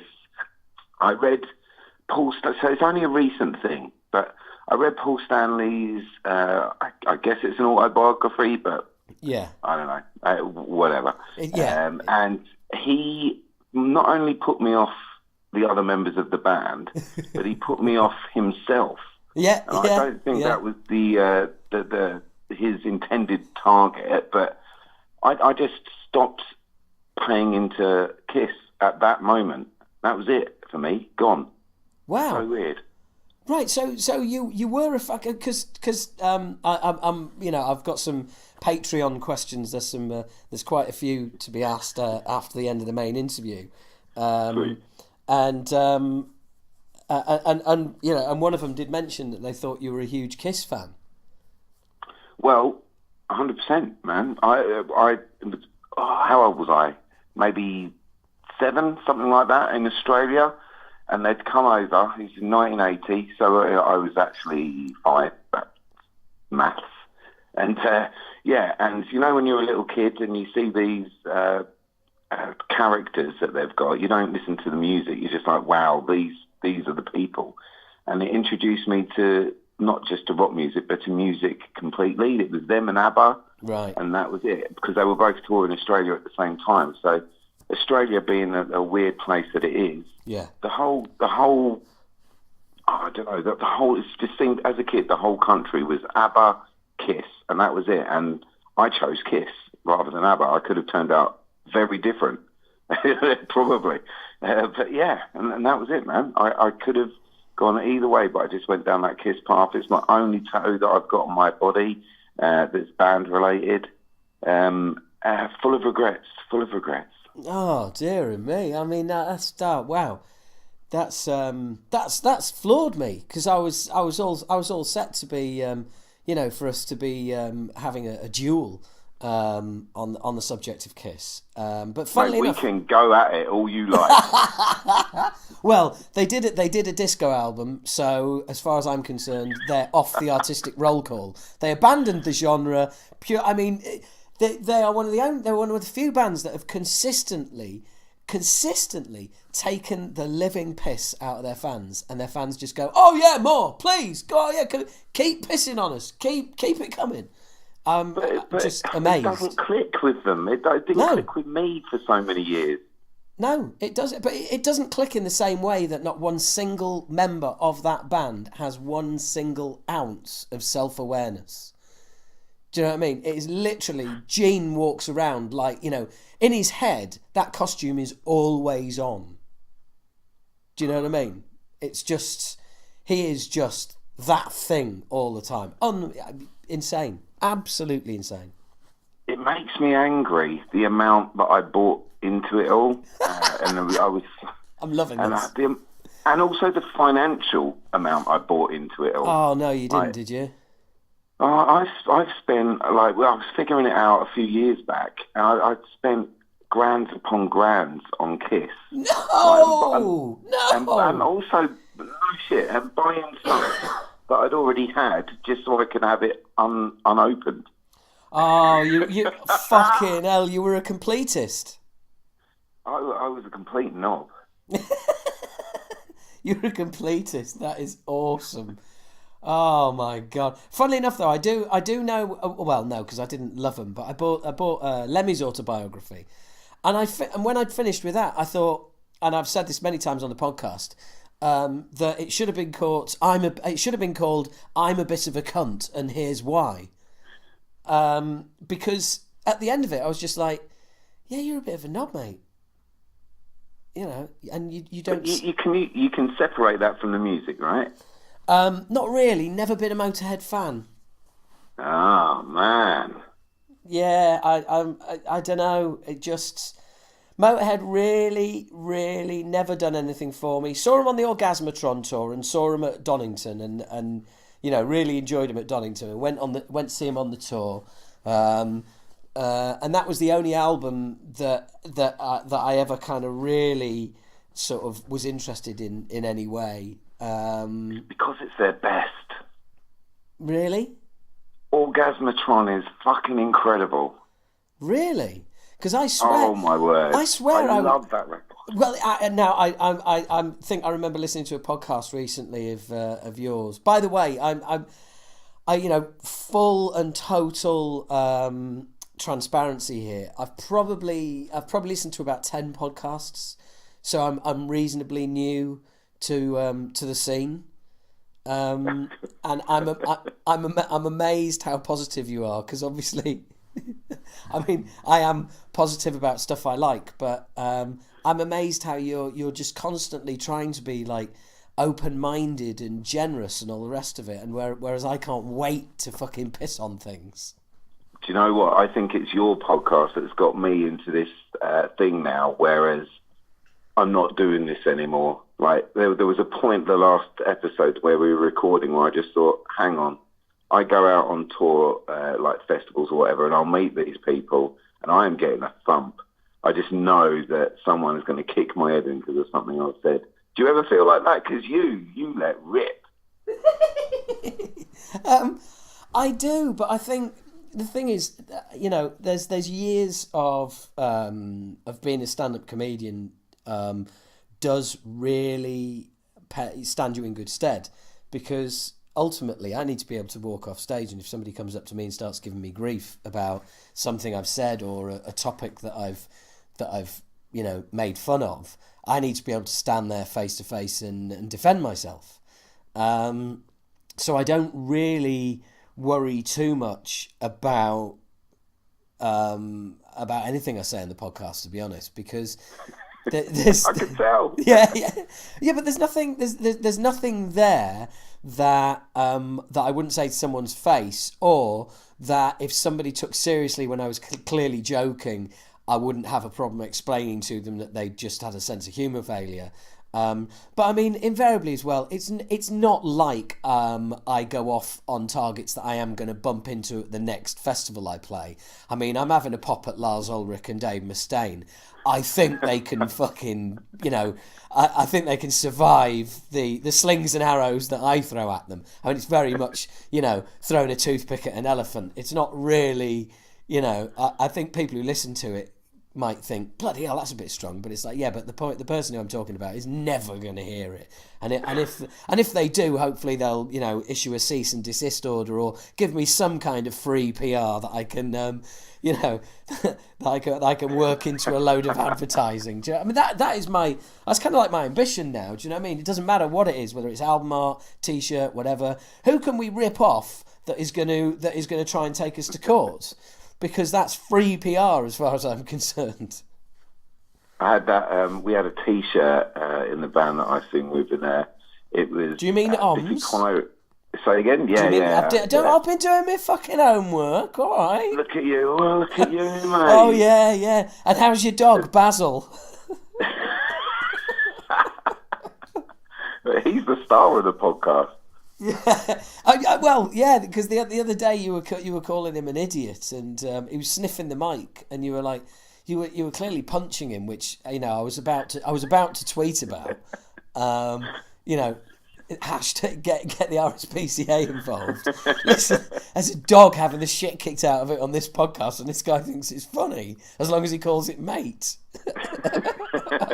Yeah, that's it. That works, doesn't it? Come on, mate. yeah. That's what people like when they beat me up. Come on, mate. yeah, exactly. Yeah, I get beaten up like a dog chained to a post. But sorry, you were about to say the band you played, Ohhms, yeah. I had Bitty Clyro. They put a T-shirt out which pretty much copied our first EP design, and management, which is a weird thing, just being involved with management. Management were like, no, don't do anything. Just give them a private message sort of thing and make a joke of it on social media sort of thing. So that's what we did. But I just thought there's so much sort of length you can get out of doing exactly what you said. Well, let's make it something. Let's make it a meme. Let's do something about it. But no, management didn't want to get involved. Yeah. Ugh. Yeah, no, and I firmly believe that. It's just like ultimate. I think there's too many people apologise. Too many people back down. You have people will say stuff, and then everyone acts all offended. The internet gets offended, and then they come out and apologise. And I just wish a few more people would just sort of double down and go, no, fuck you. Yeah, you're all offended, are you? Well, that's your right. But if you want to, take a joke and turn it into something serious, that's entirely up to you. Do you know what I mean? I just wish the people would kind of defend what they say more, rather than just bow to the pressure of, oh, you better apologise.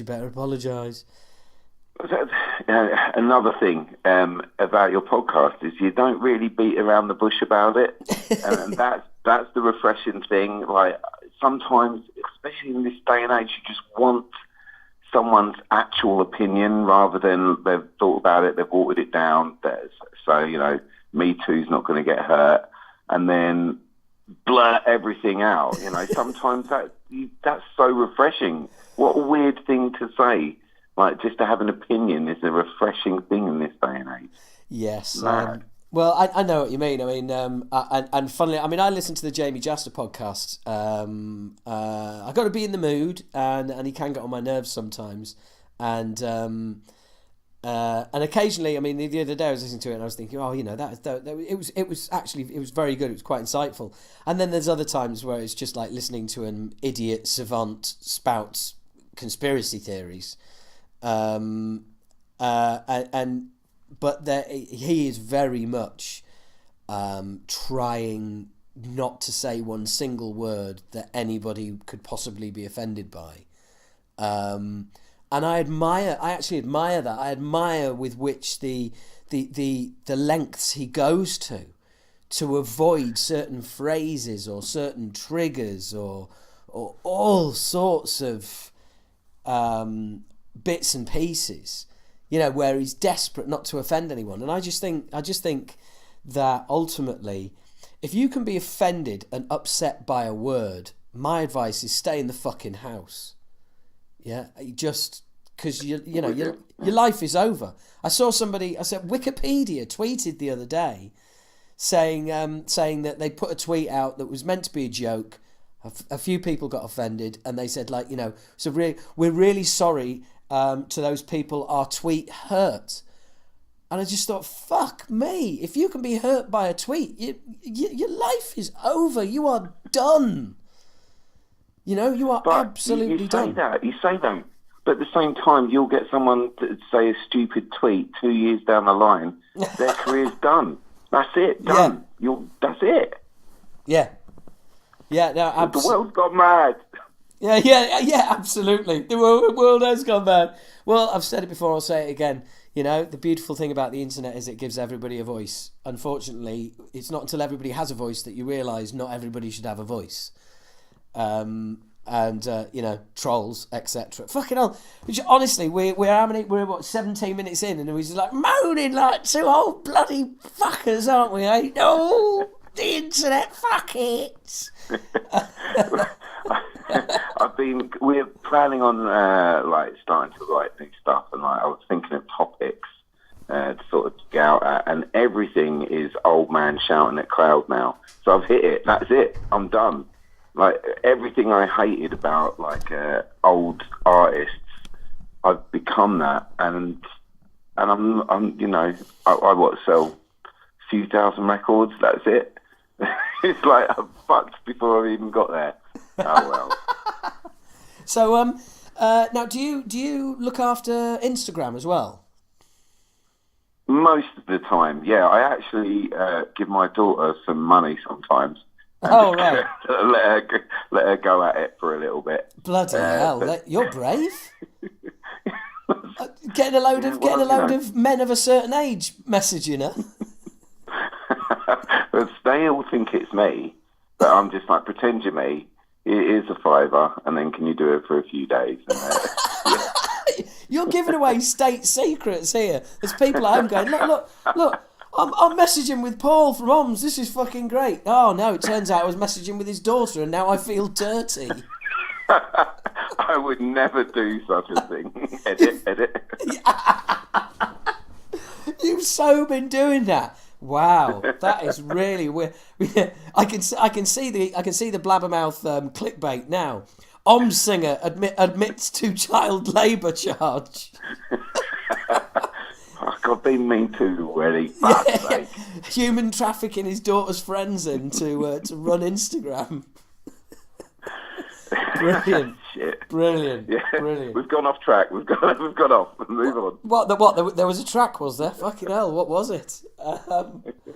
To come sort of randomly back to someone was saying earlier. Yeah, I like how positive you are on the podcast, and it's. Is it you or Daniel or both who's a bit of a Bob Dylan fan?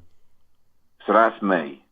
Right. Now, I'm desperate. I'm desperate to get him into Bob Dylan, and he fucking hates it. Yeah, well, Dan and I can high five on that. I mean, it just sounds like some bloke with a weird accent having a stroke down a microphone.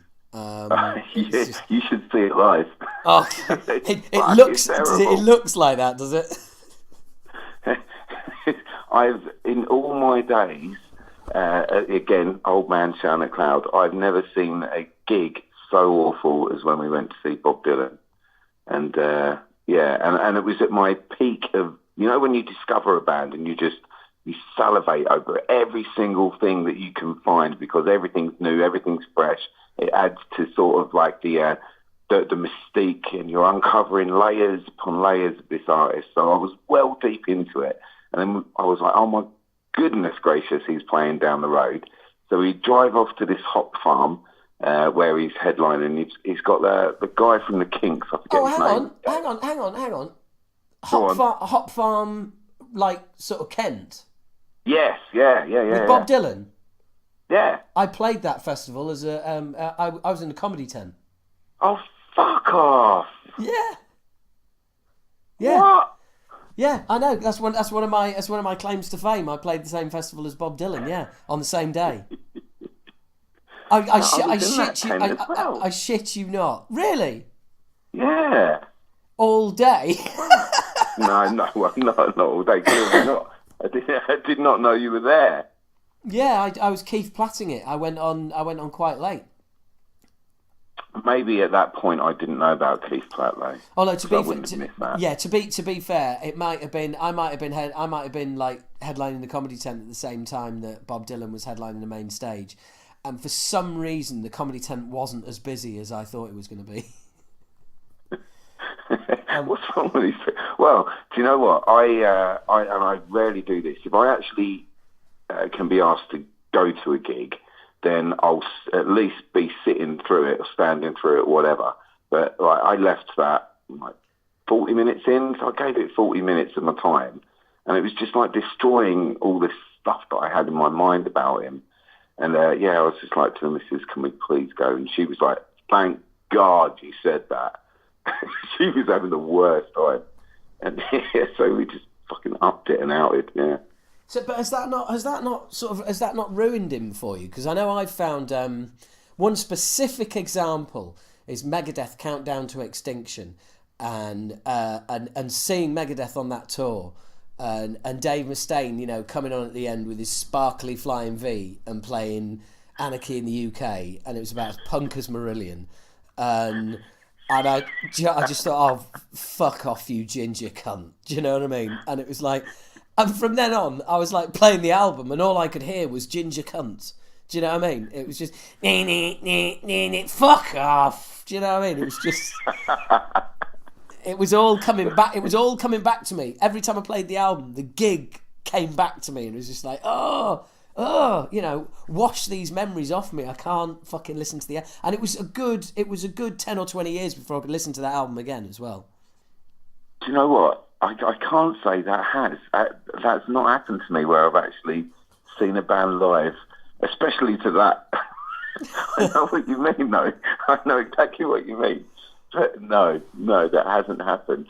I could just imagine you like, what the fuck is this?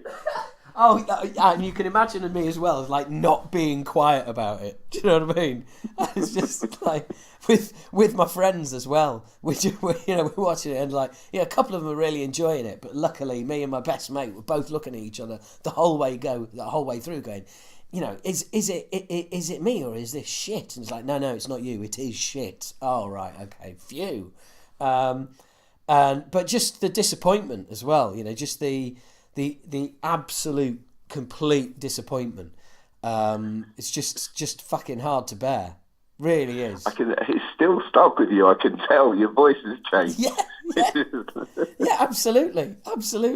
But you always I admire the breadth of stuff you guys listen to as well. You know, is oh, by the way, so was it you I was messaging with on Instagram then? Yeah, that was me. Right, okay. Talking to my daughter. Well, yes, just to make sure. Yeah, just to let you know, we're meeting up in a pub in South Malden for a few beers. Now, right, I was just checking because when we messaged originally, you were away on tour. Yeah, man, that's right. Yeah. Yeah, and I. So anyway, how was it? Because I know weren't you festing it up not many days ago? Yeah. So I had to do, but I'm just trying to think. No, there's no chance, right? So I had to do this sickie from work, and were you just thinking about whether they'd hear this or not, and whether to say that or not? Thinking, like they don't even know the name of the band that I'm in, where I work. Where do you work? So like I'm going to say that now. Damn! Oh dear, I'll tell you what, by the end of this podcast, right, you'll have your daughter taken off you and you'll be sacked from your job. I think taking that call from Hayes was a bad idea. Oh dear. Well, yeah, so everything was like in the quiet. So if you go on the Instagram, you'll see I'm not in any of those pictures except the last date, which was a Sunday, where I thought, right, I can get away with it. Oh, you were feeling better by then, were you? Yeah, I was feeling a lot better.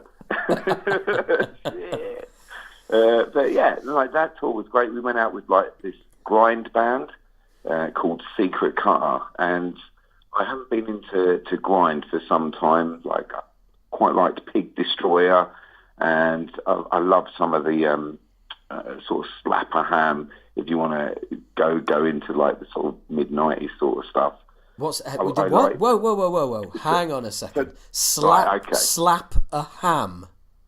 Slap a ham is a power violence / grind label from say mid-90s to late 90s, and there was bands like Buck on the Beach. Might want to hit them up; they're quite good. Arsehole Parade was another band. What was that? There's a band called Arsehole Parade as well. I tend to be. You got a swear word. I thought you said Arsehole Parade. I thought, stop fucking making names up. Come on, be serious. Waller and the Knob Jockey. Yeah. I was just thinking. Yeah. The Dynamite Mice. You got the Licorice Chicken.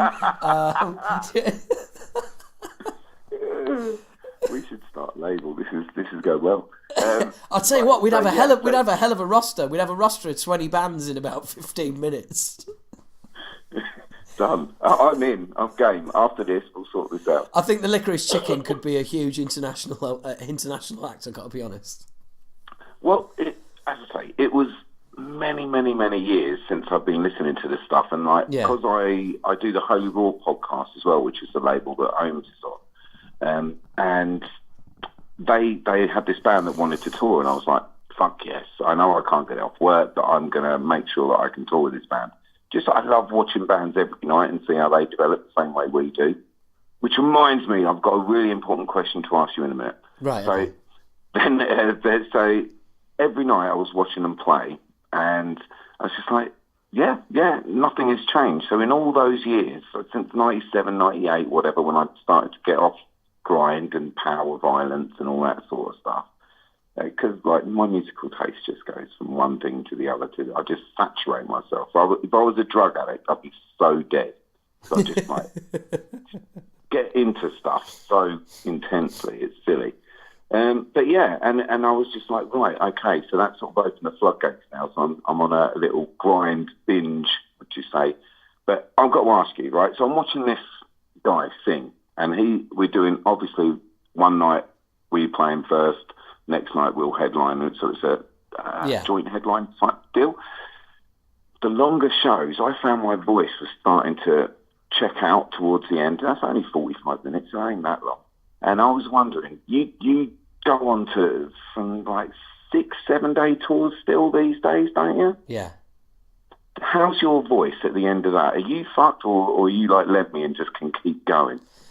If I'm honest, I have always had problems. It's a constant source of annoyance to me. To the extent that, although I have to be honest, there are things that I do now that help. I've had to.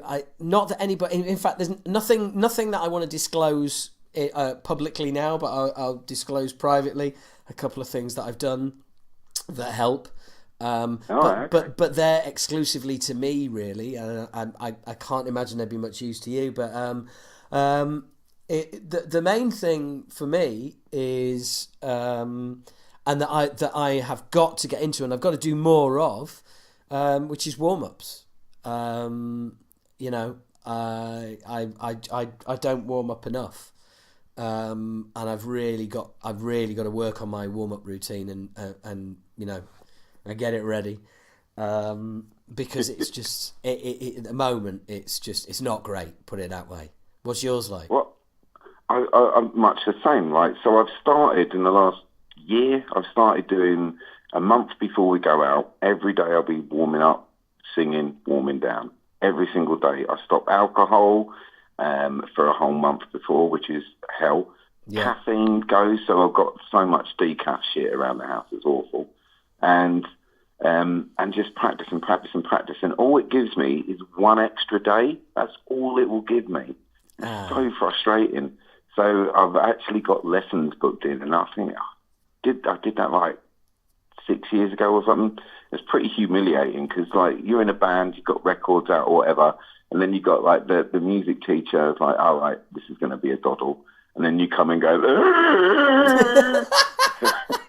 Well, this is kind of weird because I'm doing exactly the same thing. I'm booking in lessons for in part to kind of prepare for the touring that we're going to be doing once the new album's out. And so I'm very much kind of, I haven't had my first lesson yet, but it's it's over 25 years since I had any kind of lessons. So, and before you say it, I know it sounds like it, you cheeky cunt. So I'm looking forward to getting stuck in, really, because my previous singing teacher she was always trying to get me to do opera because I'm a tenor, and I'm a natural tenor, and she was trying to get me to become part of her opera group, and I was like, well, no, not really. That's not really what I want to do. And she was like, yeah, but you've got this great voice. And I said, yeah, but it's like, it's not my music. She was like, yes, but you get to sing. And I was like, yes, but I get to sing a load of Italian over shit. You know, it's not what I want to do. So I still do a kind of cobbled together warm up that is definitely, 25 years old. So I'm actually kind of interested to see what a modern rock vocal coach will, can bring to the table, and hopefully give me some tools that will give me some extra days, which is, I'm sure, what you're looking for. Yeah, well, I've pretty much, mate, I've given up now. So I'm sticking to a 3 day off, one day. Sorry, that'll be good. 3 day on, 1 day off. Yeah. And that's what I'm going to do. And like, we've actually now sorted out a set where, because all the other guys can sing probably better than me, so we've all sorted out a set where they will actually do different songs and some of the ones that I do. And that's going to work great in support shows. But I think when you do a headline, people need to see the singer. Yeah. And, so we can't really do that. So we're in a bit of stum. So I don't know. It really fucks me up. It's that one thing I don't like about being in a band is just like, how did Lemmy do it? So did that guy do it? Let's move on. Okay. No. I there's no point pissing on the dead now, is there? Yeah.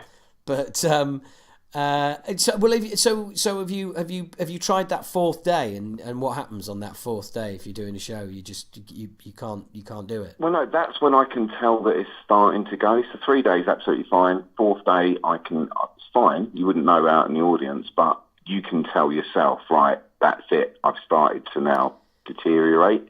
So, the very next show, that's when it's going to start to get a bit worse and worse and worse. So that just 1 day of rest, that gives me another 3 days without no problem at all. Right. So, okay. Because I was going to say sometimes days off are actually, they can fuck with you a bit. And even on a day off, you should still do all your warm ups and your warm downs. Even on your day off. Yeah, totally. Right, and also, this is the key. This is the key to my first lot of lessons I did, was she was saying, I know that you're on tour, but sleep. You need to get 8 hours. And I was like, I only have 6 hours at home. Like, how am I going to get 8 hours? And like, I remember we were in Paris like a week ago or so, and the Secret Guide, them guys, they'd never been to Europe, so like everything was like, oh my God, there's a thatched roof, things like it's amazing to them. So it's only a 40-minute drive from the venue to the Eiffel Tower. It's going to be lit up. They're going to love that. And like, so we had to get a 6 o'clock ferry, and at 2 o'clock we're at the bloody Eiffel Tower. So come on, guys, we've got to go. We've got to drive now. Zero sleep, and like you just know your voice is going to be fucked the next day.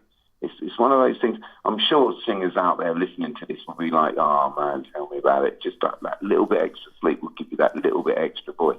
Very frustrating. No, but that is I mean, I'm a sucker as well. First night of any tour, I probably won't get any sleep, no matter how tired I am. More comfortable the bed, the less likely I am to sleep. I don't know, I'm just wired, I'm still full of shit, as I normally am. It's the most exciting part of the job, man, it really is. Well, my best mate is our tour manager, which is not an accident. I gave him that job because he's my best mate. And it's like, look after me, fuck everyone else. But he shares a room with me, and he's aware of this habit of mine. First night, and on the last tour we did, he wasn't able to sleep either. So from 4 o'clock, from 4 o'clock in the morning, he switches his phone on, right? Gets out his fucking gets out an Excel spreadsheet, and we decide to rank the Big Four's albums by scores out of 5, right? And you basically play the game of ranking them against each other. So all their first albums, all their second albums. So you're like, all the first albums, right? You've got Kill 'Em All, Show No Mercy, Fistful of Metal, and Killing Is My Business. Right, which one gets 5 points, which one gets 4, which one gets 3. Are two tied, and we both lay in bed and spent about. It started about 4 o'clock, and that took us through to probably about 8:30. Just everyone's like waiting by the van. Hang on. Exactly. I mean, it was just, but that's the kind of shit that you end up doing on the road that is just absolutely fucking ridiculous. Well, I know if I was listening to this right now, I'd be like, well, hold on, hold on. So you've got these first albums. Are you ranking each song on each album and then averaging it? I mean, how are you doing this? Do you know what? You have actually right there reminded me of something that I wanted to discuss with you. Now it's a bit sensitive, so please don't hang up. Never. Have you noticed that? Your Australian upbringing might play a role in this, but have you noticed that you say album as opposed to album? Oh, mate, is it another bane? Like, I don't know why I can't speak properly. I don't know. Welcome to the club. What it is. I remember we were playing the Bloodstock, the Sophie stage, and I remember talking to the crowd, and some guy in the front row did a shoulder thing, like, hunched his up. What are you talking about? And I just realised when I looked back on the footage, oh yeah, like none of those words made sense. I'm speaking bollocks. Absolute. You're talking bollocks. You're the perfect guest. Like album, like I know it's album. I know it is. Do you know what? I thought, I've got to say it right, Mastodon, right? I called them Mastodon. Please tell me you called placebo Placebo. No, I knew that. Yeah, Mastodon was. I was like, I can't get into Mastodon. Mastodon. Like, what are you talking about? That's fucking brilliant. Mastodon. Oh, I tell you what, they supported us once. That's brilliant. Oh dear, that's brilliant. I think that's better than Mastodon. I really do. I'm going to start calling them that now. Mastodon. Thank you. Yeah, that's a fucking stroke of genius, that, mate. I think you should be tweeting Mastodon saying, guys, I know it seems to be going pretty well, but you know what would make it go better?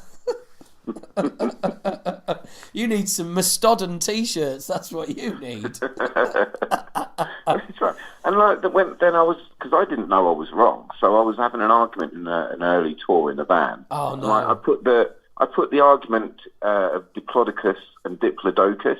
I put that out there, and anyway, I wasn't gaining any traction. That's brilliant. You didn't go down the band name route. You went down the dinosaur route. I think you have to sometimes. Call that one out. Brilliant. You were just fucking Jurassic Parking in the van. Brilliant. But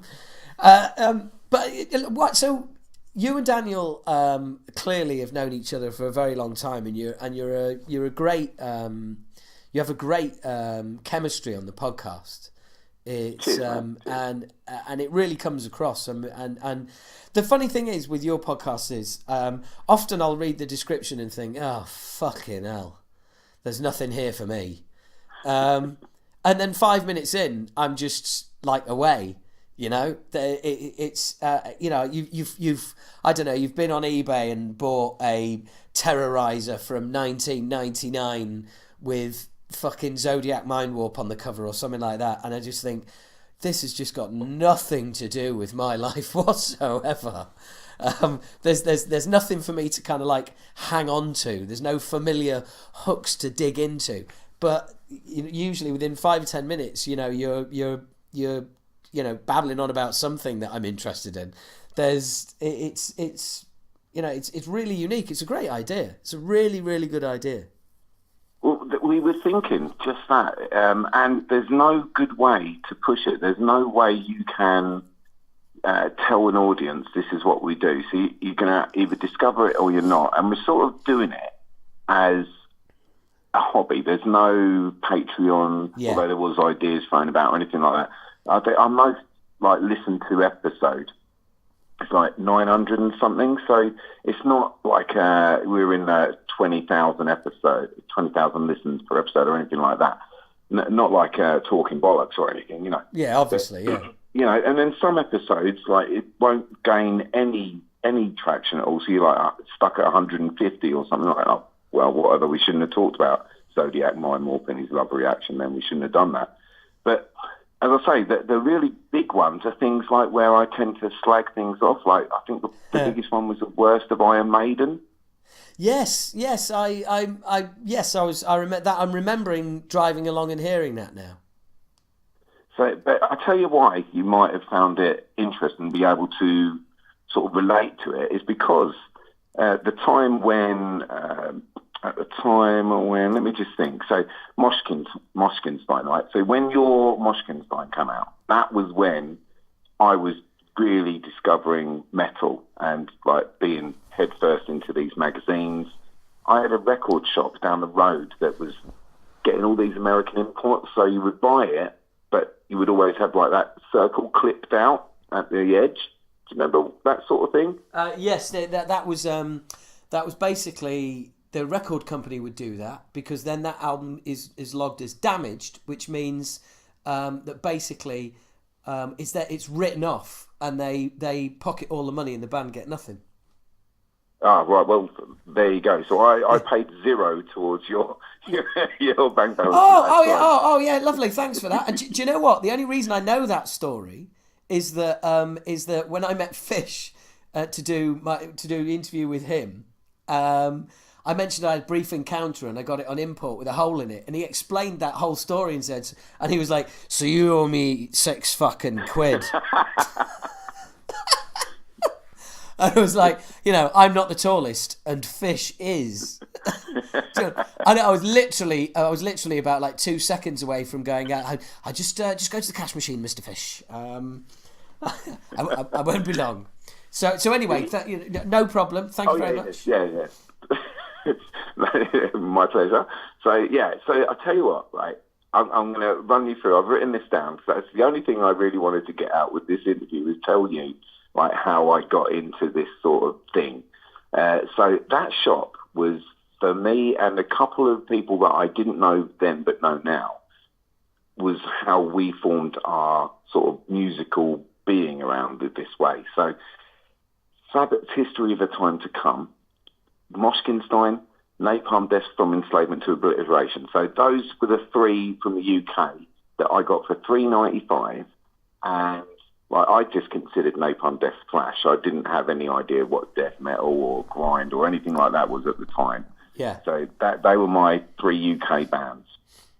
But then I discovered stuff so the following week I might go, right, I've got 20 quid, what am I going to get? And I wrote them down. So I'm a bit of a nerd and I keep the order of what I buy things. So my next 4 buys, right, was this. Check this out. Voivod's Dimension Hatred. Awesome. Celtic Frost Morbid Tales. Awesome. Bathory Blood Fire Death. Yeah. And then I finished off with Creators Out of the Dark Into the Light EP. Oh, yeah, I mean, great at the time, shit now. Yeah, quite right. But that was so I had them 3 one week. The following week I went for a more not UK, because I was just ticking these bands that I've seen in Kerrang or Mega Metal Kerrang or whatever it was. And the one that really tipped me over, I don't know, I think you might have mentioned them before, was on the next week, as I say, getting ridiculous now, I bought Death's Leprosy, but the one that really did it for me and made me a lifer was Holy Terror's Mime Wars. Hey! I've had Mike Alvord on the podcast. Yes, so, yeah, fucking hell. So I do remember that, because I listened to that. Yeah. Well done, mate. That was great. Oh, cheers, man. I bought. Funnily enough, hang on a second. Here we go. Nice. This is the CD box set. of Terror and Submission, Mind Wars, El Revengo, and all the extras, which was a fucking amazing 15 quid. With 4-disc box set. Have you got this? No, not at all. Not at all. Is it just the one album that you're into? No way, man. Everything, like, that his voice, and that's what is key for me, is like his voice is so sort of creamy. Is that word that you can use for like a thrash vocalist? I don't think so. In fact, I think if you use that about any vocalist, you're pretty much a pervert.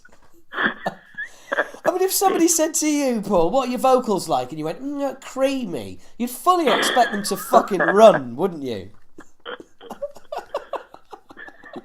I think you're right. Creamy's not the good one. This is why I'm not a proper journalist in any way. Who is using the adjective creamy about anything to do with music? Do you know, and I also took out the word because I thought this is going to sound weird. Instead of saying what I wanted to say, I just said creamy, but I was going to say sort of purple cream. Even worse. He's gone and given cream a colour now. What kind of man does this? Well, that's Holy Terror for me. It's like a purple, creamy sort of feel. They were awesome. They were awesome live, mate. Do you know what? I missed so much. But as I said, I was a kid, but like that 3-week period, I bought all them records. Wow. And it just set me up for the rest of my whole life. So yeah. Whenever I'm talking about anything from say a biggie like Motorhead or like a tiny band like Secret Cutter, it will always like go against these thrash albums from my youth, and I'll always pick things out of it. And I think that's why people that were into that sort of thing at the same time sort of dig our podcast when they find it, if they stumble across it. Yeah, I don't know how I found your podcast, to be honest. It might be because I'm always hashtagging Acid Rain, because I love to talk about Acid Rain. Yeah, right. Dream on. I've listened to enough episodes to know that's bollocks.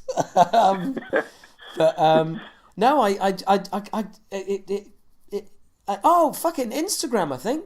I think you guys must have been liking some of it, and I think eventually I clicked. It was Instagram, and I clicked on the page, and I thought, right, I'll look you up, and I looked you up and downloaded an episode and enjoyed it, and thought, right, okay, I'm gonna add that to the exclusive bunch of podcasts which I subscribe to.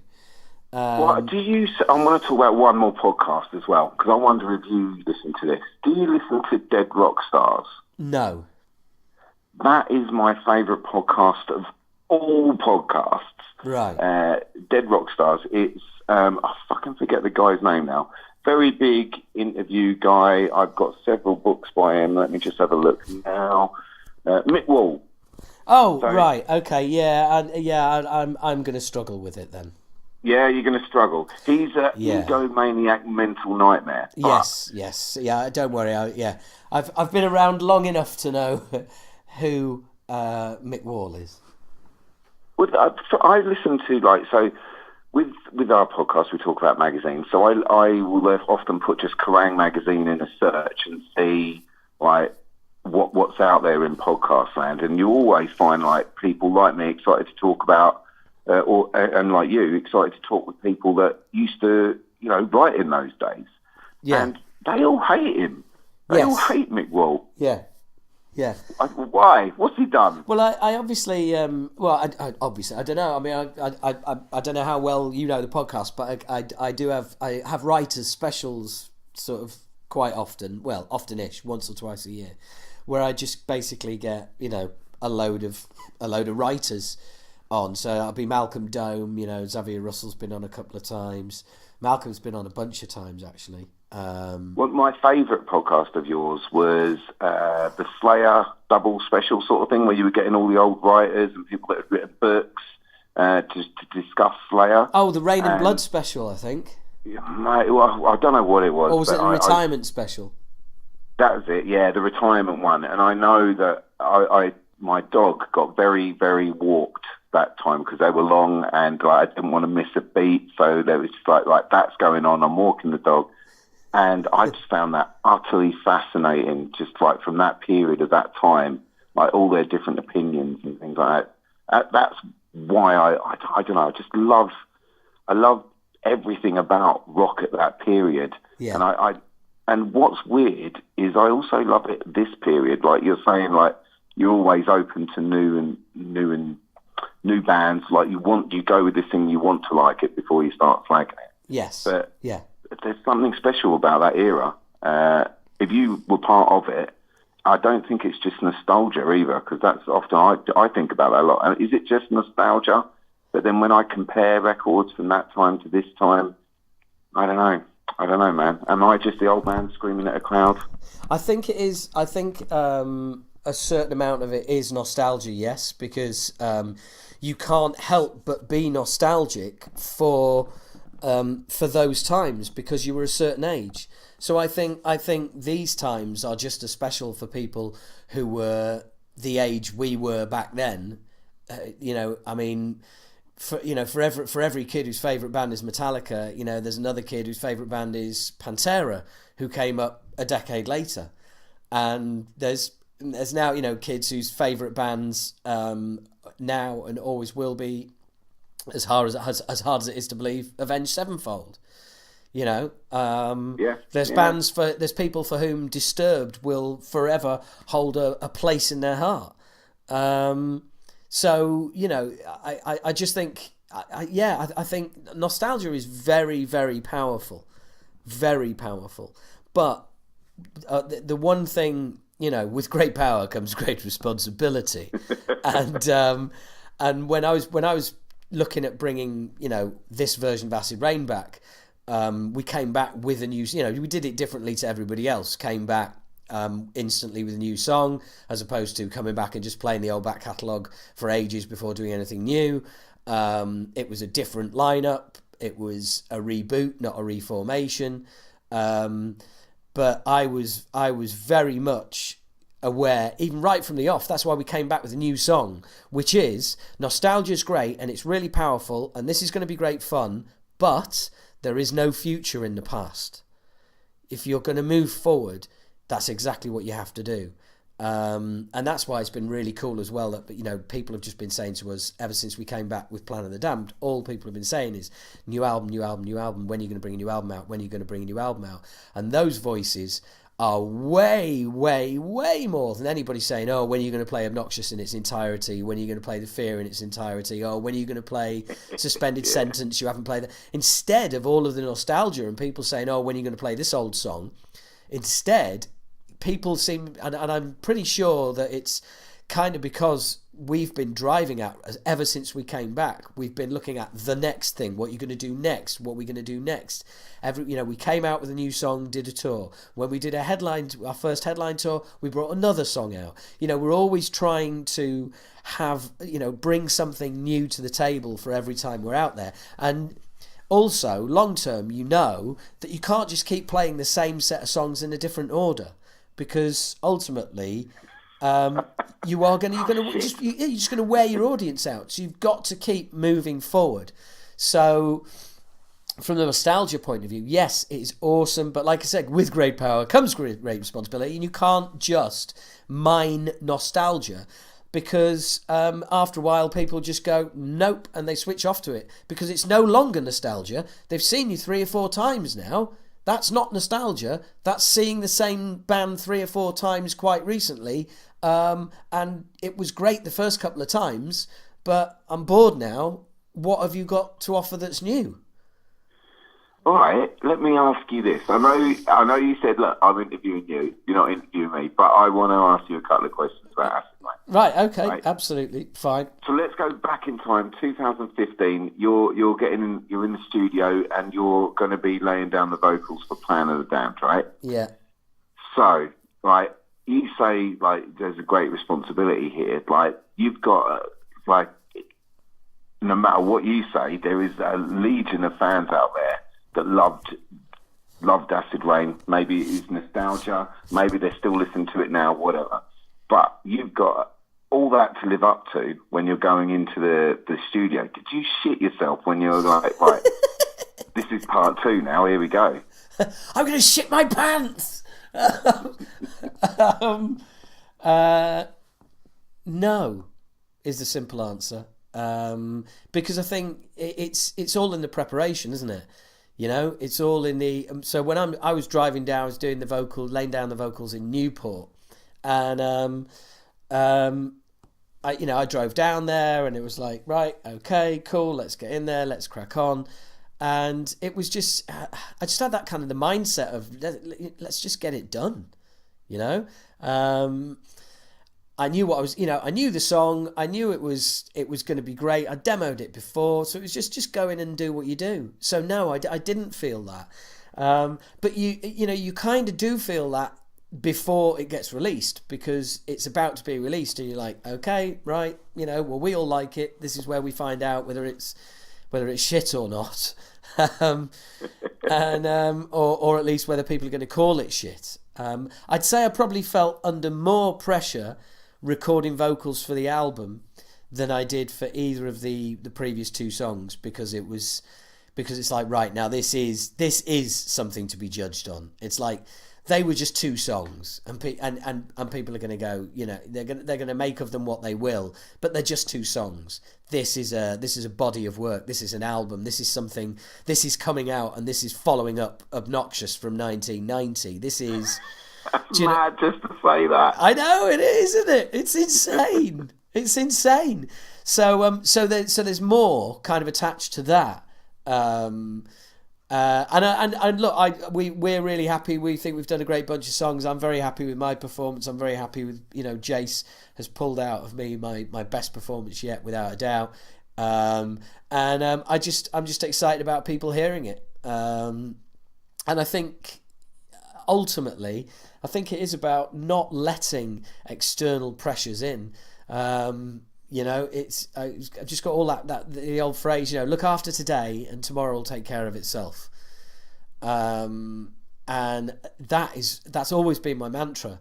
So I remember when we were going to record Hanging on the Telephone, which was mooted as being a single, and our management were in the studio, and it came to doing the vocals, and the manager said, right, H, how are you going to approach this? And I just walked off towards the vocal booth. I just turned around and I went, well, I tell you what, why don't I just fucking sing it, and then we'll work out if anything else needs to happen after I've done it. And they just went like, oh, all right then. So I just went in and sang it, came out, and they were like, hey, that was great. And I was like, well, do you know what I mean? We don't have to sit down and have a fucking marketing meeting about stuff. Let's just do it. And I think yeah, you just have to go for it. It's, I don't have any responsibility to anyone other than myself, and that is, if I can walk out of that vocal booth, if I can listen to a final mix and all the rest of it and go, yeah, I'm proud of that, then job done. And if everybody hates it, fuck them. Well, that's what you have to do. You have to go with that approach, though. Yeah. Jesus, imagine if you were doing it for some other ulterior motive. Like, it would just come out shit. You can see through it a mile off. Well, what you'd end up with, I think the death knell of a certain kind of movie, or at least a certain volume of movies coming out, is test screenings, with so many movie production companies doing test screenings now, and people go, no, we don't like this and we don't like that, and it's like, no, don't.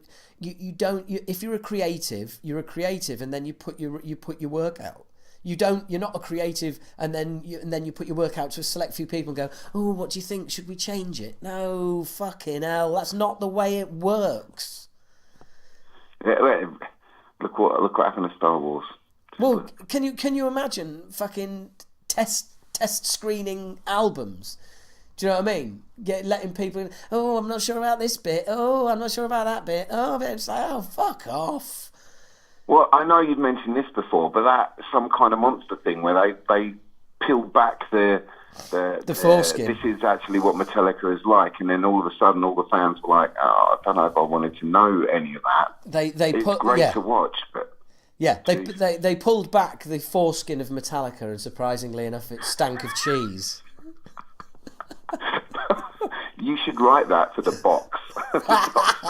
Should put that on the poster. That's awesome. Yeah. Peel back the foreskin of Metallica. Yeah.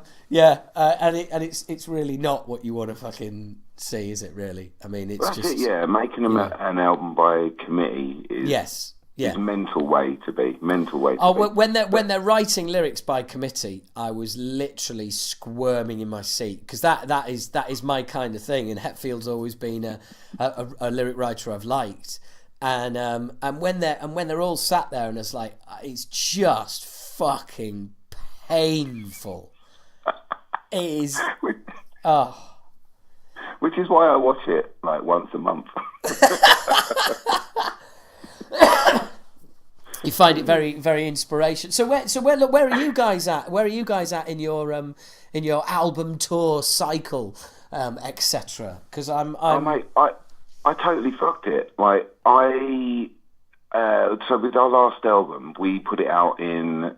I just wanted to be part of Holy Roar, which is a record label, and it's a record label I love. I wanted to be part of their 2018 because they were releasing such great record after great record as far as like my taste and I was concerned, and I wanted to be part of it. But the only date available was sort of the arse end of November, and little did I know at the time, of course I know now in hindsight, that it's a very bad time to be putting an album out, because all those end of year lists are done. All the staffers at the magazines and blogs are like working on their Christmas stuff. Yeah. No one sort of really gives a shit any longer until January, February, when everyone's hungry for it again. Absolutely, mate. Absolutely.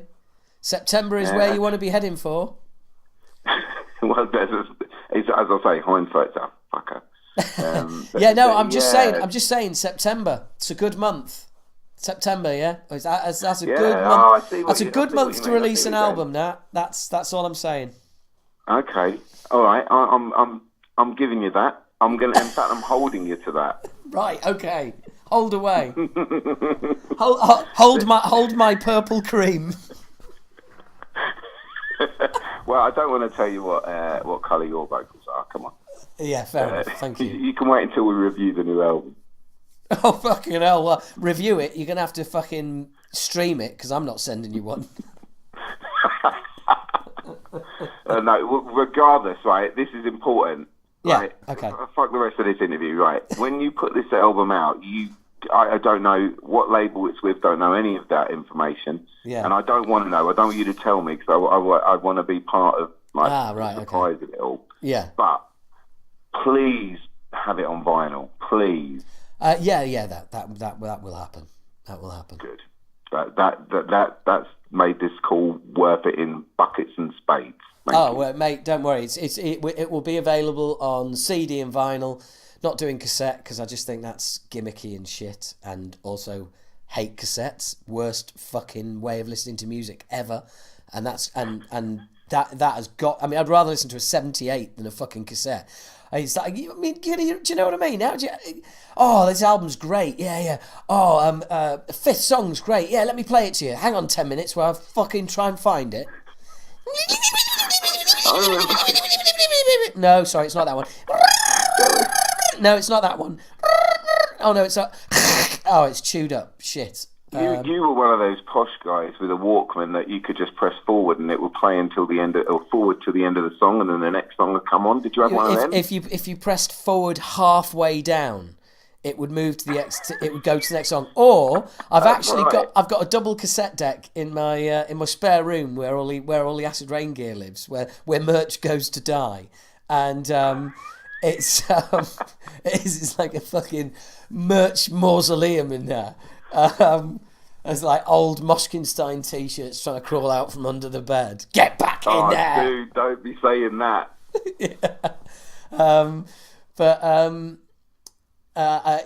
Fuck it. I can't remember what I was talking about. It's gone. Sorry. ADHD. Fucked. Do you know what I mean? Just fucked. Well, we talk about the album, so I will get it in. That what we should have done is waited. Like, management told us to wait. Just wait until January, February, or something like that. Yeah. So what we're going to do next time is listen to management. But unfortunately, Brilliant. Unfortunately, Great idea. By the time you will air this, I think what's happened is I'm going to be self-managing the band. Oh right, okay. So you're going to be you're taking responsibility for your shit decisions in future, are you? Exactly right. Yeah, it's all going to be my doing. So I got offered a couple of jobs in the space of a week of like, do I want to be a manager? Because like I've done so well with our band from nothing, from scratch. So they so everybody completely ignored the fact that your last album came out in November. And they still thought, they ignored that and went, look, despite that, you've done a good job. It's just a little thing. It's just a ball ache and a ton more work that we have to do because of that one stupid decision. Bands, if you're listening, just listen to people that know better than you. Luckily, now I'm going to be one of them people that thinks they know better than everyone else. And so I've taken a job being a manager, and I've not really sold myself with that last decision. well, look. So what I'm fascinated by is how are you being remunerated? What do you mean? Well, are you going to take a percentage for being the manager? Oh, yeah. So that's weird. So I didn't know how it all worked, all that sort of so fresh to the job. Like, I knew that we pay a 15%. Yeah. But there's also other ways that you approach it that I didn't know about. Like, you put bands on retainers and things like that. So if it's like a band that you've just sort of building up from nothing, the best thing to do is to like figure out a sum that, you know, is affordable, and maybe you could do a couple of days a month for it. So you're putting in the time, you've got all your contacts, you're putting in the effort, and, you know, you're going to do your very best to get that band to the next level, however small that next level may be. But at least there's the goal, and you can achieve that. And they pay you a monthly sum for doing that. As soon as like this band's starting to tour and things like that, that's when like those 15% deals come in. But like I always thought it was the most bizarre thing I found about management when we started was they want 15% of everything.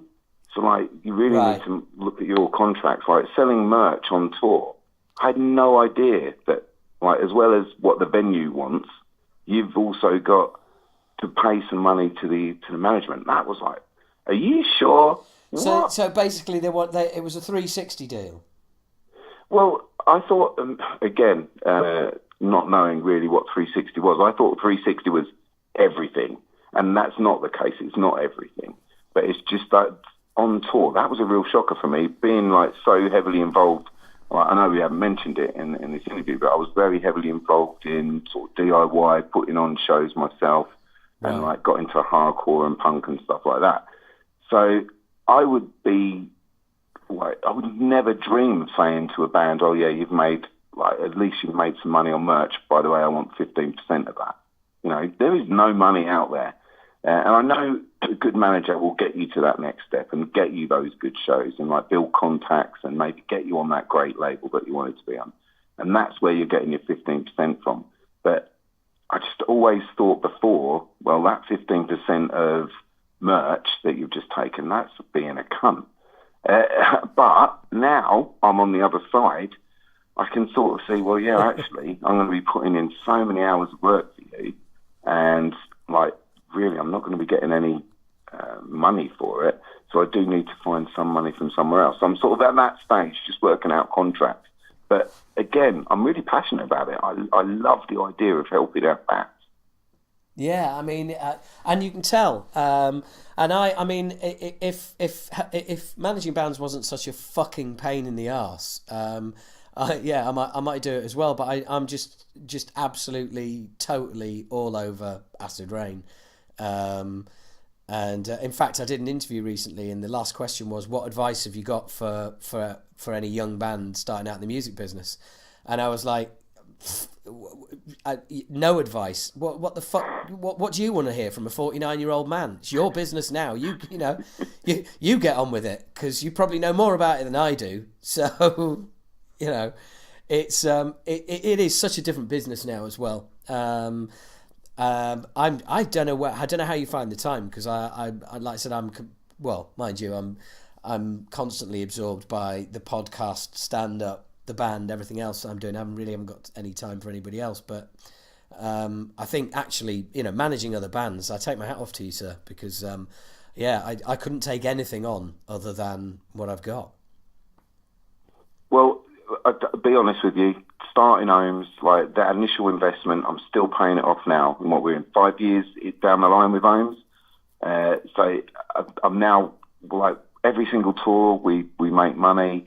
Everything that we do makes money, but it still doesn't chip away at that initial big debt of that first year. And if you're not willing to self-invest, like whether it be financially or with every single bit of spare time, and it's totally true, you can kill all your relationships by mismanaging your time and being too obsessed with. I've seen so many bands do that, like lose their partners of 10, 15 years because their bands are starting to take off. You've just got to juggle things appropriately. I think that's the best way to do it. Like, find the time, but for everything. And if you can't, then don't take it on. Yeah, absolutely. If and look, unless you can, if you're going to take something on, you've got to be able to smash it out the park, or don't bother. Too right, yeah. And one thing I will say, what you just said, no one is going to look after your band and be as passionate about your band as you yourself in that band. Well, no one. That's why I was out without an agent for so long as a comedian, because I knew that I was only representing me. I knew that I wouldn't take on any gigs that I didn't want to. I knew I wasn't going to turn up to gigs and go, right, what am I doing here? I'm going to give this cunt a call and tell him that he's fucking fired for booking me this show. I just knew that nobody was going to do a better job than me as my agent. And I'm not scared of a bit of credit control and chasing people for money and all the rest of it. So that was fine. And funnily enough, up until about 6 months ago, when an agent took me on, which was and because I'm so busy now with like the podcast and the band and just so many different things, I'm spinning so many different plates. I just thought, this agent approached me and said, look, I like what you do, and I can get you live work. And I just thought, well, I haven't really got time to be chasing live work the way I used to. So now I've got an agent involved on that side of things. But I've gone a good 25 years without one. Well, with what's coming up, with what I think is going to be coming up for you guys, you're going to need some help. That's for sure. Well, I really hope so. I really hope so. And funnily enough, that's going to take us on to a conversation that is that's not for public ears. So why don't we finish the public podcast? Still got Patreon questions for you from the lovely patrons, but for now, Mr. Paul Waller of the Different Times podcast and Ohhms, thank you so much for sparing your time and coming on Talking Bollocks. Wonderful, wonderful. And there you have the great Paul Waller. What a lovely chap, and what a lovely chat. I really, really, really enjoyed that. I mean, we all over the place, all over the map, as you heard, covering just about every single topic you could think of. And we had some great questions from patrons as well. And so now is the time. Come on, guys, if you want to sign up at Patreon, patreon.com/Howard H. Smith. There you get your own podcast, a separate podcast to this one. You get your own podcast. You also get loads of exclusive stuff to do with Acid Rain and behind the scenes and shit like that. So come and join the party. Come and join the party. Everybody seems to be enjoying it who's on there at the moment, so feel free. Anyway, that's the only plug for Patreon.